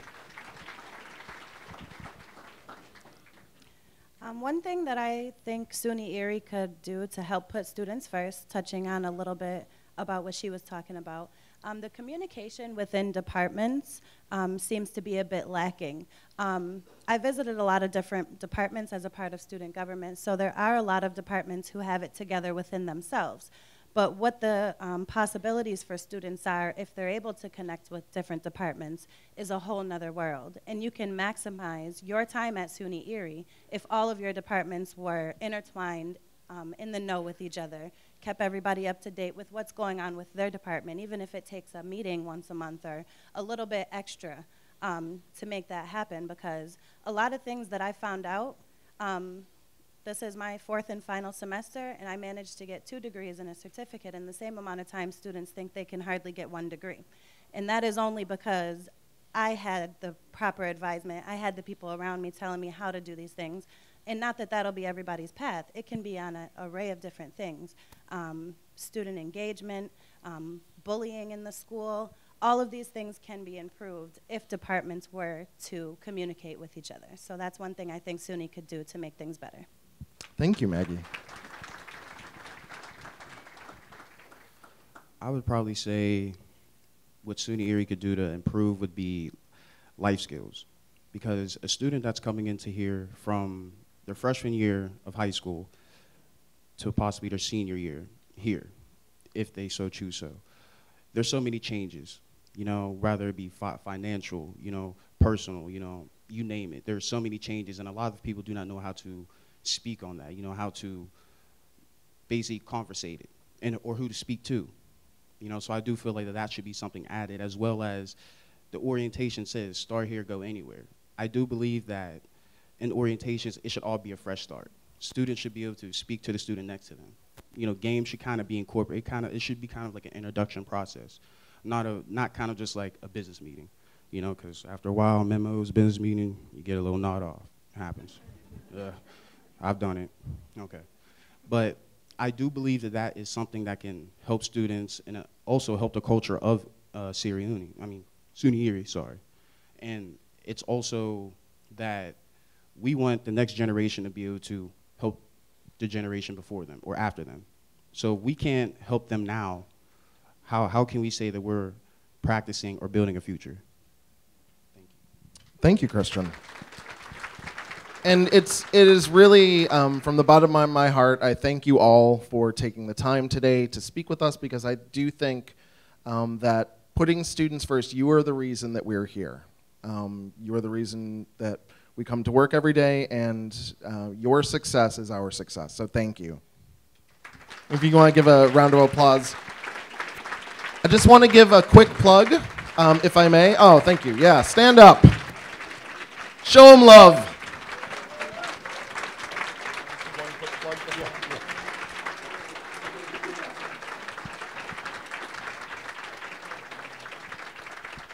Thank you all. I just want to give a quick plug.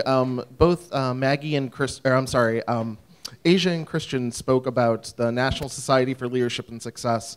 We had a kind of soft launch this past fall of a pilot program pairing up with the largest National Leadership Honor Society, and inducted 43 students this past December in the society. It's recognized at over 600 campuses around the country, with over 600,000 students involved. It's something that's brand new. We got a grant to start it, and we're going to be rolling out the second class this spring and hope to induct an even larger number of students. So if folks have questions, they can direct them to me or my office. And just wanted to make you all aware of it, because it is one of those things that I think, as you can see, is making an impact in students' lives. Thank you. Thank you, Jason. And thank you to that student panel. So just seeing that diverse student panel just reminds me again of this handout about how important diversity is and how important communication is. Dr. Marianne Partee, thank you again for getting this academy set up. So thank you again to those students. It's always nice to hear our strengths, weaknesses, and ways to improve. So I believe Heather Cruz will come to the mic now and talk about starting the conversation about student mental health initiatives at SUNY. Good morning again. So what I'd like to do is just kind of give you a brief overview of some of the fantastic work that we've been doing surrounding mental health. As you know, student mental health is a prevalent concern on not just SUNY Erie College's campuses, but both across the state and nationwide. And institutions are really trying to grapple with what is the manner in which to best manage these types of student concerns. And so what we've been doing at SUNY Erie is kind of trying to look at this in a more collective approach. We've had some grassroots kind of initiatives that we've been starting, but we are engaging in a more formal process very shortly, which is our JED campus. And so JED campus, for those of you who are not familiar, this is a national best practice that looks at existing supports, potential collaborations, and helping to streamline policies and protections for students who are experiencing mental health issues. And so we at SUNY Erie are very fortunate that we received a scholarship and that we will be partaking in this program for 3 years. And we're the first SUNY community college here to be partaking at JED campus. So we're extremely happy and proud of that. But there's been some other kinds of progress that we've been making collectively. And I do want to point out that we are having an afternoon breakout session that will capitalize on a lot of these efforts. So I won't go into too much detail.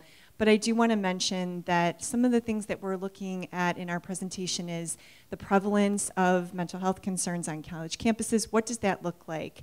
I can tell you that we just administered last fall, if you may remember, the National College Health Assessment. And in terms of prevalence of student mental health concerns, the highest ranking types of disorders were anxiety, depression, and substance use. So we know our students are really struggling with these types of concerns. More importantly, they're also struggling with financial concerns, intimate relationships and partner violence, and they are struggling with that life adjustment type of concerns, building resiliency and coping skills in order to be successful, as we know, in college. So this afternoon's breakout, in addition to those types of data points, we're also going to be talking about classroom management techniques.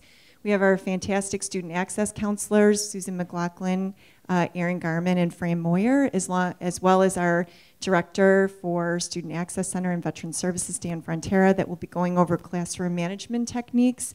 I will be going over a little bit in more depth along with Fran Moyer and Carl Stokes, who are now my new partners on JEG Campus.